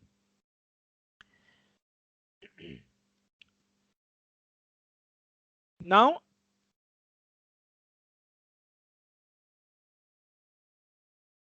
thiazide and related drugs.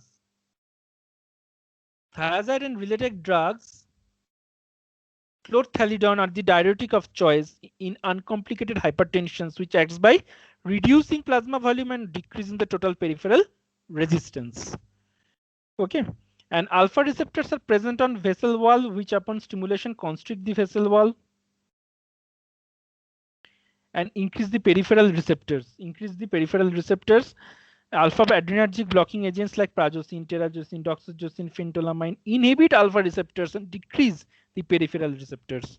So alpha receptors present on vessel wall upon stimulation constrict the vessel wall. Alpha receptors. So alpha blocking agents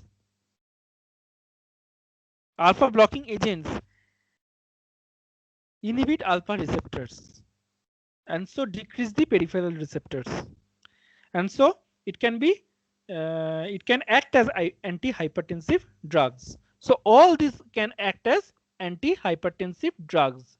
All these can act as all this can be a mechanism of action. All these mechanisms can be a mechanism of actions of antihypertensive drugs, antihypertensives. But by inhibiting sodium and potassium ATPase, we cannot no drug cannot play a role as an antihypertensive. Okay. So sodium potassium ATPase inhibition is done by digitalis. Digitalis, however, has no role in the control of hypertension used in congestive heart failure and atrial fibrillation, because if sodium and potassium ATPase is inhibited, there will be no result of antihypertension. There will be no result of antihypertensions because sodium will be retained. Because what it does, this sodium potassium N plus K plus ATPase is an enzyme which facilitate enzyme sodium potassium pump. Sodium potassium pump. It helps to run the sodium potassium pump, which excrete sodium ion in exchange with potassium ion. Now, if ATPase, sodium potassium ATPase is inhibited, what will happen? Sodium potassium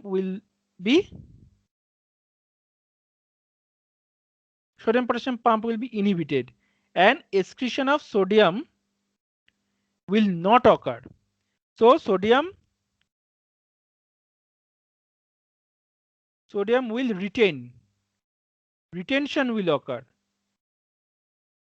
So if retention of sodium ion occurs, obviously there will be hypertension. How antihypertension role can be brought? It cannot be brought.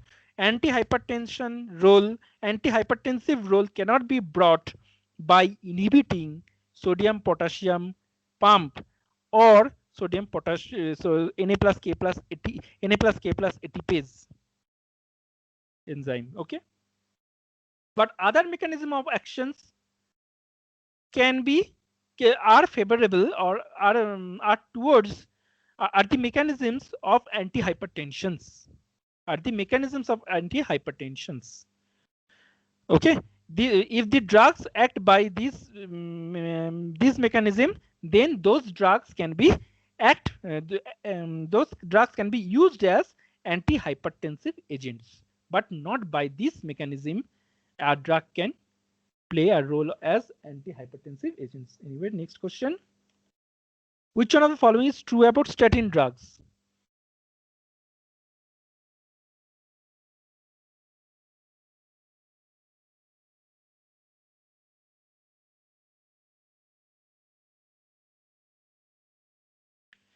True about statin drugs. They are hypolipidemic, inhibit the conversion of HMG coenzyme A to mevalonate. Fenofibrate has the maximum triglyceride lowering activity in all of these. So answer will be all of these. Because true about statin drug. What is statin drug? HMG coenzyme reductase inhibitors. What it does?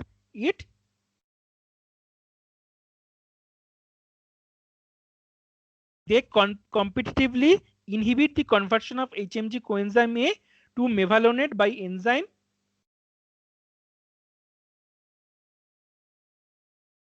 by inhibiting the enzyme HMG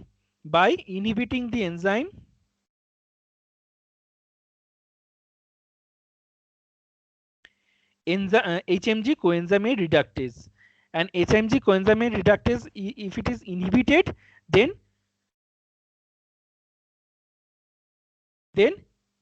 lipidemic condition can be prevented. Means LDL, like increase of LDL can be prevented. Okay, increase of LDL can be prevented. So hypolipidemic drug, these are called hypolipidemic drug. These are given in obesity. These are given in obesity in order to reduce the probability of the consequences of cardiovascular system, consequences. Okay, so these drugs includes lovastatin, simvastatin, pravastatin, atorvastatin, rosuvastatin. Atorvastatin is used most commonly. If BMI is more than 28 in Indian population, then statin drugs are advised. Statin drugs are advised. Okay, somatostatin inhibits the secretion of growth hormone TSH, prolactin by pituitary, insulin and glucagon by pancreas, and most importantly it inhibits most of the GI secretions, gastrin and HCl. Can be used in controlling the esophageal varices and bleeding peptic ulcer as well. Drugs like simvastatin, atorvastatin, fevastatin, lovastatin and rosuvastatin are statin drugs which are hypolipidemic drugs and act by inhibiting the HMG coenzyme A reductase. Fenofibrate are from the fibrates category which has maximum triglyceride lowering capacity. Very important. Fenofibrate has the maximum triglyceride lowering capacity. Okay, so statin drugs are what drugs? They are hypolipidemic drugs. They act by inhibiting the conversion of HMG coenzyme A, inhibit the conversion of HMG coenzyme A to mevalonate by inhibiting the enzyme HMG coenzyme A reductase. Okay, they are given in obesity with cardiovascular consequences to prevent further cardiovascular complications in obese individuals. These drugs are prescribed. And fenofibrate has the maximum triglyceride lowering activity. So all these statements in the MCQs, are true. Okay. Okay. Next question: which of the following antihypertensive are contraindicated together? CCB and beta blockers are contraindicated together. Okay, verapamil or diltiazem CCB with beta blockers. CCB with beta blockers are avoided because they may cause marked bradycardia and AV block, because both of them causes bradycardia. And if you give combined antihypertensive CCB and beta blockers as antihypertensive, then both of them will cause bradycardia, and this bradycardia will be more enhanced, right? More prominent. That's why there may be prominently markedly bradycardia. That is why CCB and beta blockers should be avoided, contraindicated together. Otherwise, nitrates are used in condition like angina pectoris. This will be congestive heart failure, CHF, angina pectoris, myocardial infarction, esophageal spasm, and can be given in the combination with CCB or beta blockers as well. Because nitrates, as you know, nitrates, what does they do? They do not causes bradycardia. That's why they can be used with CCB also, with beta blocker also, because both of them causes bradycardia and AV block as well. But CCB and beta blocker cannot be given together. Instead, we can give nitrates along with CCB or beta blocker. Other antihypertensive combination are to be avoided, like alpha or beta adrenergic blocker with clonidine. An apparent antagonism of clonidine action has been observed. That's why it is avoided. Nifedipine with diuretics, because although synergism is unproven, but should not be given until and unless it is proved that they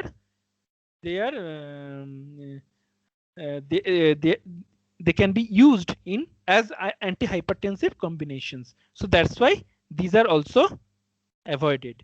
Methyl dopa with clonidine or any two drugs of the same class. Methyl dopa with clonidine or any two drugs of the same class. Class of methyl dopa and class of clonidine.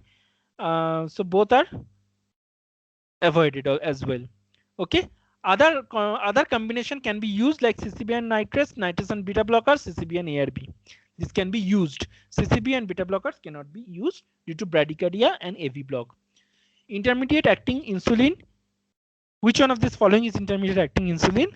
Regular insulin, glargine, lispro, and NPH. So let's revise the table of insulin type. There are 4 types of insulin. Number A is rapid acting. Its onset of action is 0.2 to 0.4 hour and 3 to 5 hours duration.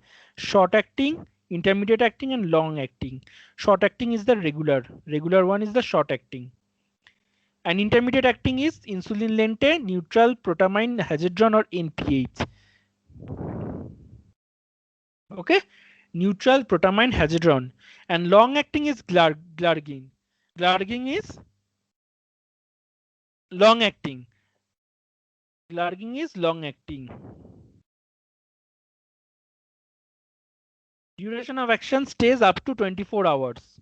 And onset also takes time 2 to 4. Antidiabetic DOC for obese patients is metformin.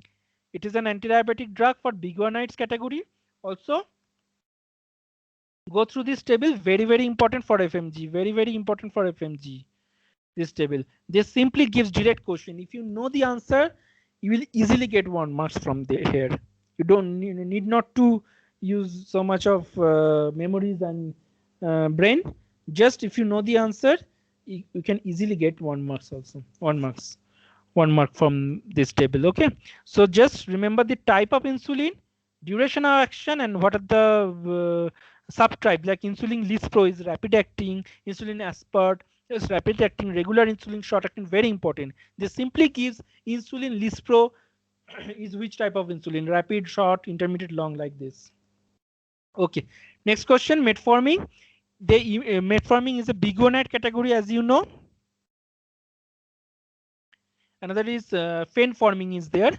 They improve metformin improve lipid profile, hence considered as DOC for diabetes mellitus type 2 in obese patients. Okay, mechanism option is peripheral utilization of glucose increases peripheral utilization of glucose and decreases or inhibits hepatic gluconeogenesis. Decrease or reduces gluconeogenesis.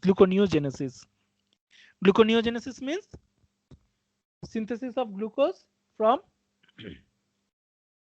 non-carbohydrate nutrients like fat and proteins. Okay, so metformin never causes hypoglycemia. Metformin never causes hypoglycemia. This is a very good point. And another drug from biguanides is fenformin, as I have told, which is withdrawn nowadays because it causes lactic acidosis too much. That's why fenformin is not used. So in this class of biguanides, only metformin is used nowadays.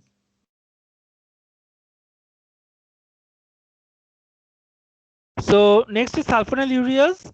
It can cause brisk release of insulin from pancreas, stimulate the functional receptors for intake of glucose. They can cause hypoglycemia. Sulfonylureas, if taken in more doses than prescribed, it can cause hypoglycemia. It can cause hypoglycemia preferred in thin patients with DM. So thin patients with DM, sulfonylureas. Thick patient, fatty patients or obese patients, metformin. But case to case, we need to decide sometimes. Okay, case to case, we need to decide. But this is just a principle, set principle. Repaglinide has some same MOA, mechanism of action as sulfonylureas, but it is used to control sudden rise of glucose after meal. So after meal, repaglinide. Acarbose acts by inhibiting GI absorption of sugar, can cause osmotic diarrhea as side effects. Acarbose inhibiting GI absorption, it can cause osmotic diarrhea as side effects. Okay. So always remember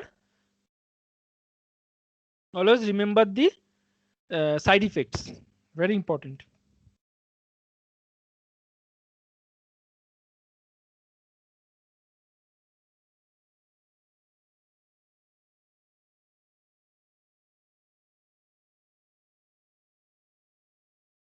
Sildenafil acts by blocking which enzyme? Answer will be B, PDE or phosphodiesterase 5 inhibition. Sildenafil, tadalafil, vardenafil, all selective PDE all of these are selective PDE5 inhibitors effective in erectile dysfunction. So used in erectile dysfunction. Other 5-alpha reductase inhibitors include finasteride used in the treatment of BPH, as you know. It is a competitive inhibitor of enzyme 5-alpha reductase which converts this enzyme converts testosterone into more active dihydrotestosterone. And due to this, prostate gland enlarges and BPH occurs. Prostate gland enlarges and BPH occurs. So we can inhibit this conversion by inhibiting this enzyme 5-alpha reductase. We inhibit the conversion of testosterone into dihydrotestosterone by inhibiting the enzyme 5-alpha reductase by giving this finasteride. Okay, this is a 5-alpha reductase inhibitor. Flutamide is a non-steroidal drug having specific anti-androgenic but no other hormonal activity. Specifically, it has anti-androgenic activity but no other hormonal activity used in prostate cancer. Cancer. Okay, prostate cancer also occurs due to obviously other factors are involved, but one of the main factor is dihydrotestosterone exposure, along with other factors too. Okay. Next, drug contraindicated in glaucoma patients suffering from bronchial asthma. Timolol, betaxolol, acetazolamide, latanoprost. Very important question. Timolol is the answer because timolol is a non-selective beta blocker which has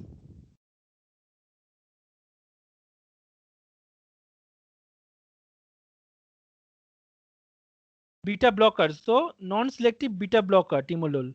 Now the point is, if they are beta blocker, you know salbutamol is a beta not blocker, agonist, beta agonist salbutamol. So it salbutamol is used in asthma, in bronchial asthma for bronchodilation.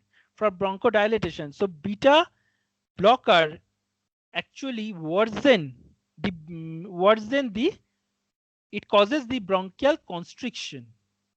It causes bronchial constriction. Okay, it causes the bronchial constrictions in asthmatic patients. What happens? The condition worsens. Therefore, it is avoided in case of asthmatic patients. Timolol is not given. Do remember that?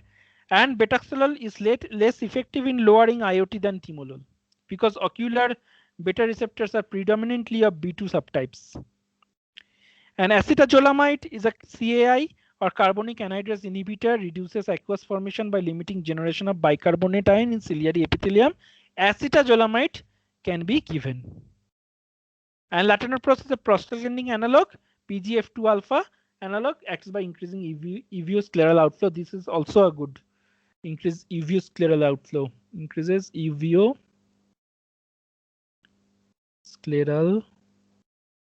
outflow. So this is a good drug, and also acetazolamide can be given. Okay. So we will talk about this glaucoma and their pharmacology about glaucoma in ophthalmology. Okay. Okay, which of the following is a false statement? Hyoscine is most effective for motion sickness. Metoclopramide is used for short journeys. Just few minutes more. Chlorpromazine is a potent antiemetics. Metoclopramide is a suitable in migraine-induced vomiting. So the answer will be metoclopramide is used for short journeys. This is the false statement because for short journeys, hyoscine is used. Suitable for short journeys. Most effective drug for motion sickness acts by blocking the conduction of nerve impulse leading to vestibular apparatus. Nerve impulse in the pathway leading to vestibular apparatus to vomiting center.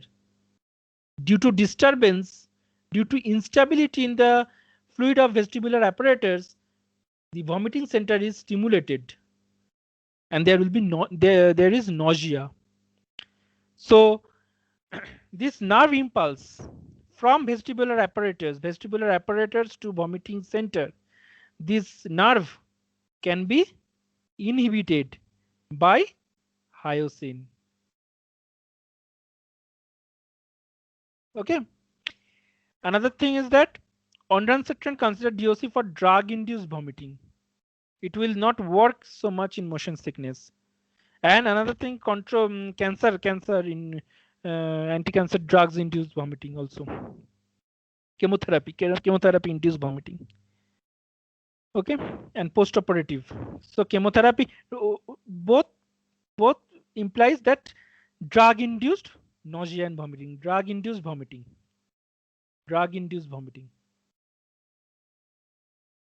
Chemotherapy is also drug-induced vomiting. So effective in post-operative, number one is drug-induced vomiting. Number two is post-operative, post-op vomiting and nausea. Metoclopramide is effective and popular drug for many types of vomiting like post-operative, drug-induced disease like migraine and radiation sickness, but not in journeys, not in motion sickness, and obviously not for short and long journeys. There is no story of short and long journeys regarding metoclopramide. It is effective in vomiting for post-operative, drug-induced, migraine or disease, other disease where vomiting occurs, and radiation sickness. And chlorpromazine.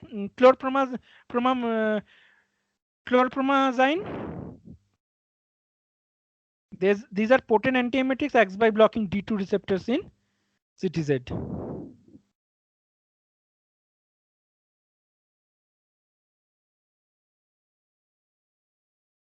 Okay. So that these are potent antiemetics, acts by blocking the D2 receptors in CTZ is chemoreceptor triggered zone. Chemoreceptors triggered zone. Okay.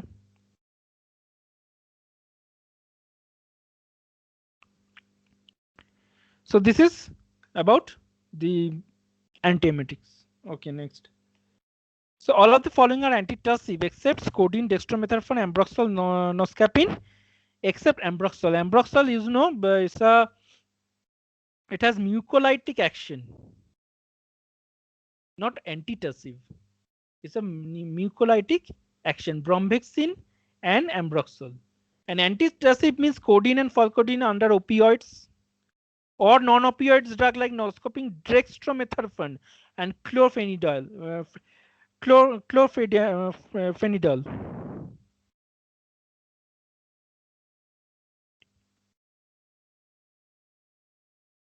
Okay, so noscapine, dextromethorphan, and chlorphenidol.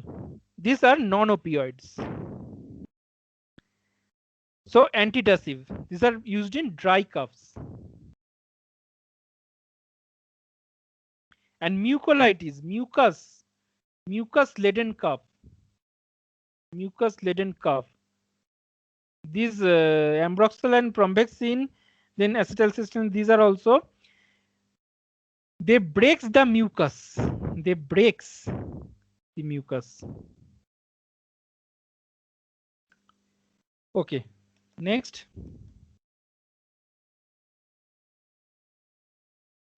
All of the following are true about vitamin K except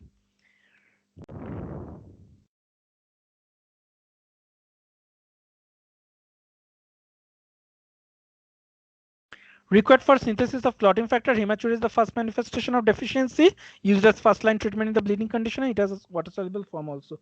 So the answer will be used as first line treatment in bleeding condition. So this is not true. This is false.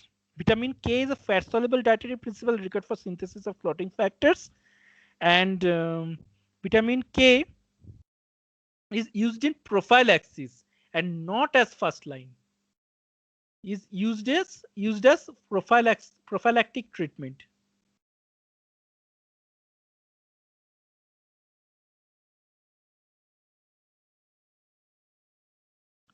Prophylactic treatment. Okay.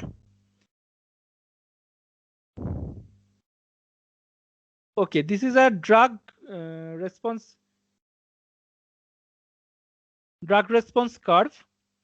It shows with the drug how much effect comes. Like drug A with less amount of drug, the effect is more. With less amount of drug, you see the effect is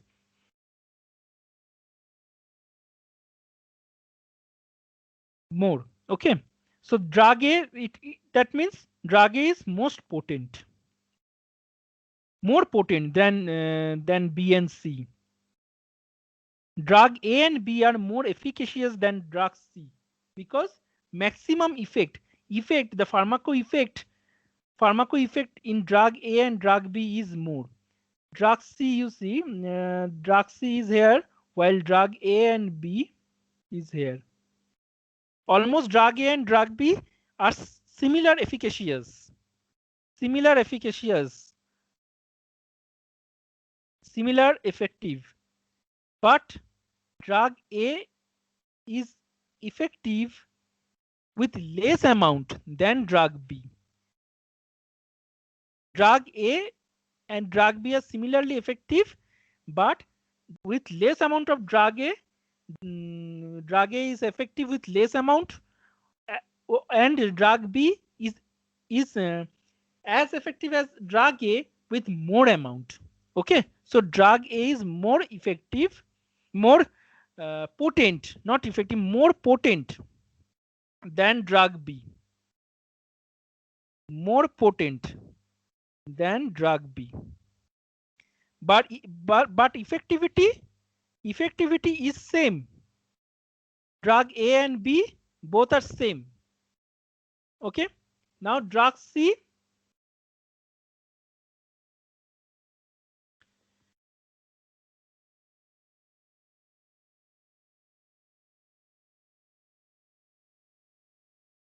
Drug C effectivity is least. Effectivity is obviously least because maximum effectivity is less than 60%. But for A and B, more than 80 and about 100%, almost about 100%. Okay, and the potency, you see, potency, but onset of drug C is more quick. The graph has elevated from when it is introduced a less amount only drug, the graph of drug C has elevated. So it shows the onset is quicker than A and B, and the least onset is is most delayed for B. For up to this amount, it was the effect, pharmaco effect was 0. Then it increased. Okay. So in x-axis drug concentration, in y-axis pharmaco effect. Okay, so this is DRC, drug response curve. Very important because sometimes question comes by giving this drug, and typically this example, the example that is given here, typical these examples has come quite a time in FMG. Okay, so need to be done very thoroughly, this example. Okay, thank you for today's pharmacology. Thank you, sir. Thank you, and tomorrow we will do psychiatry. Okay, and I will send you all the slides till now today. Okay, sure. Okay. Thank you so much. Okay, thank you very much. Thank you.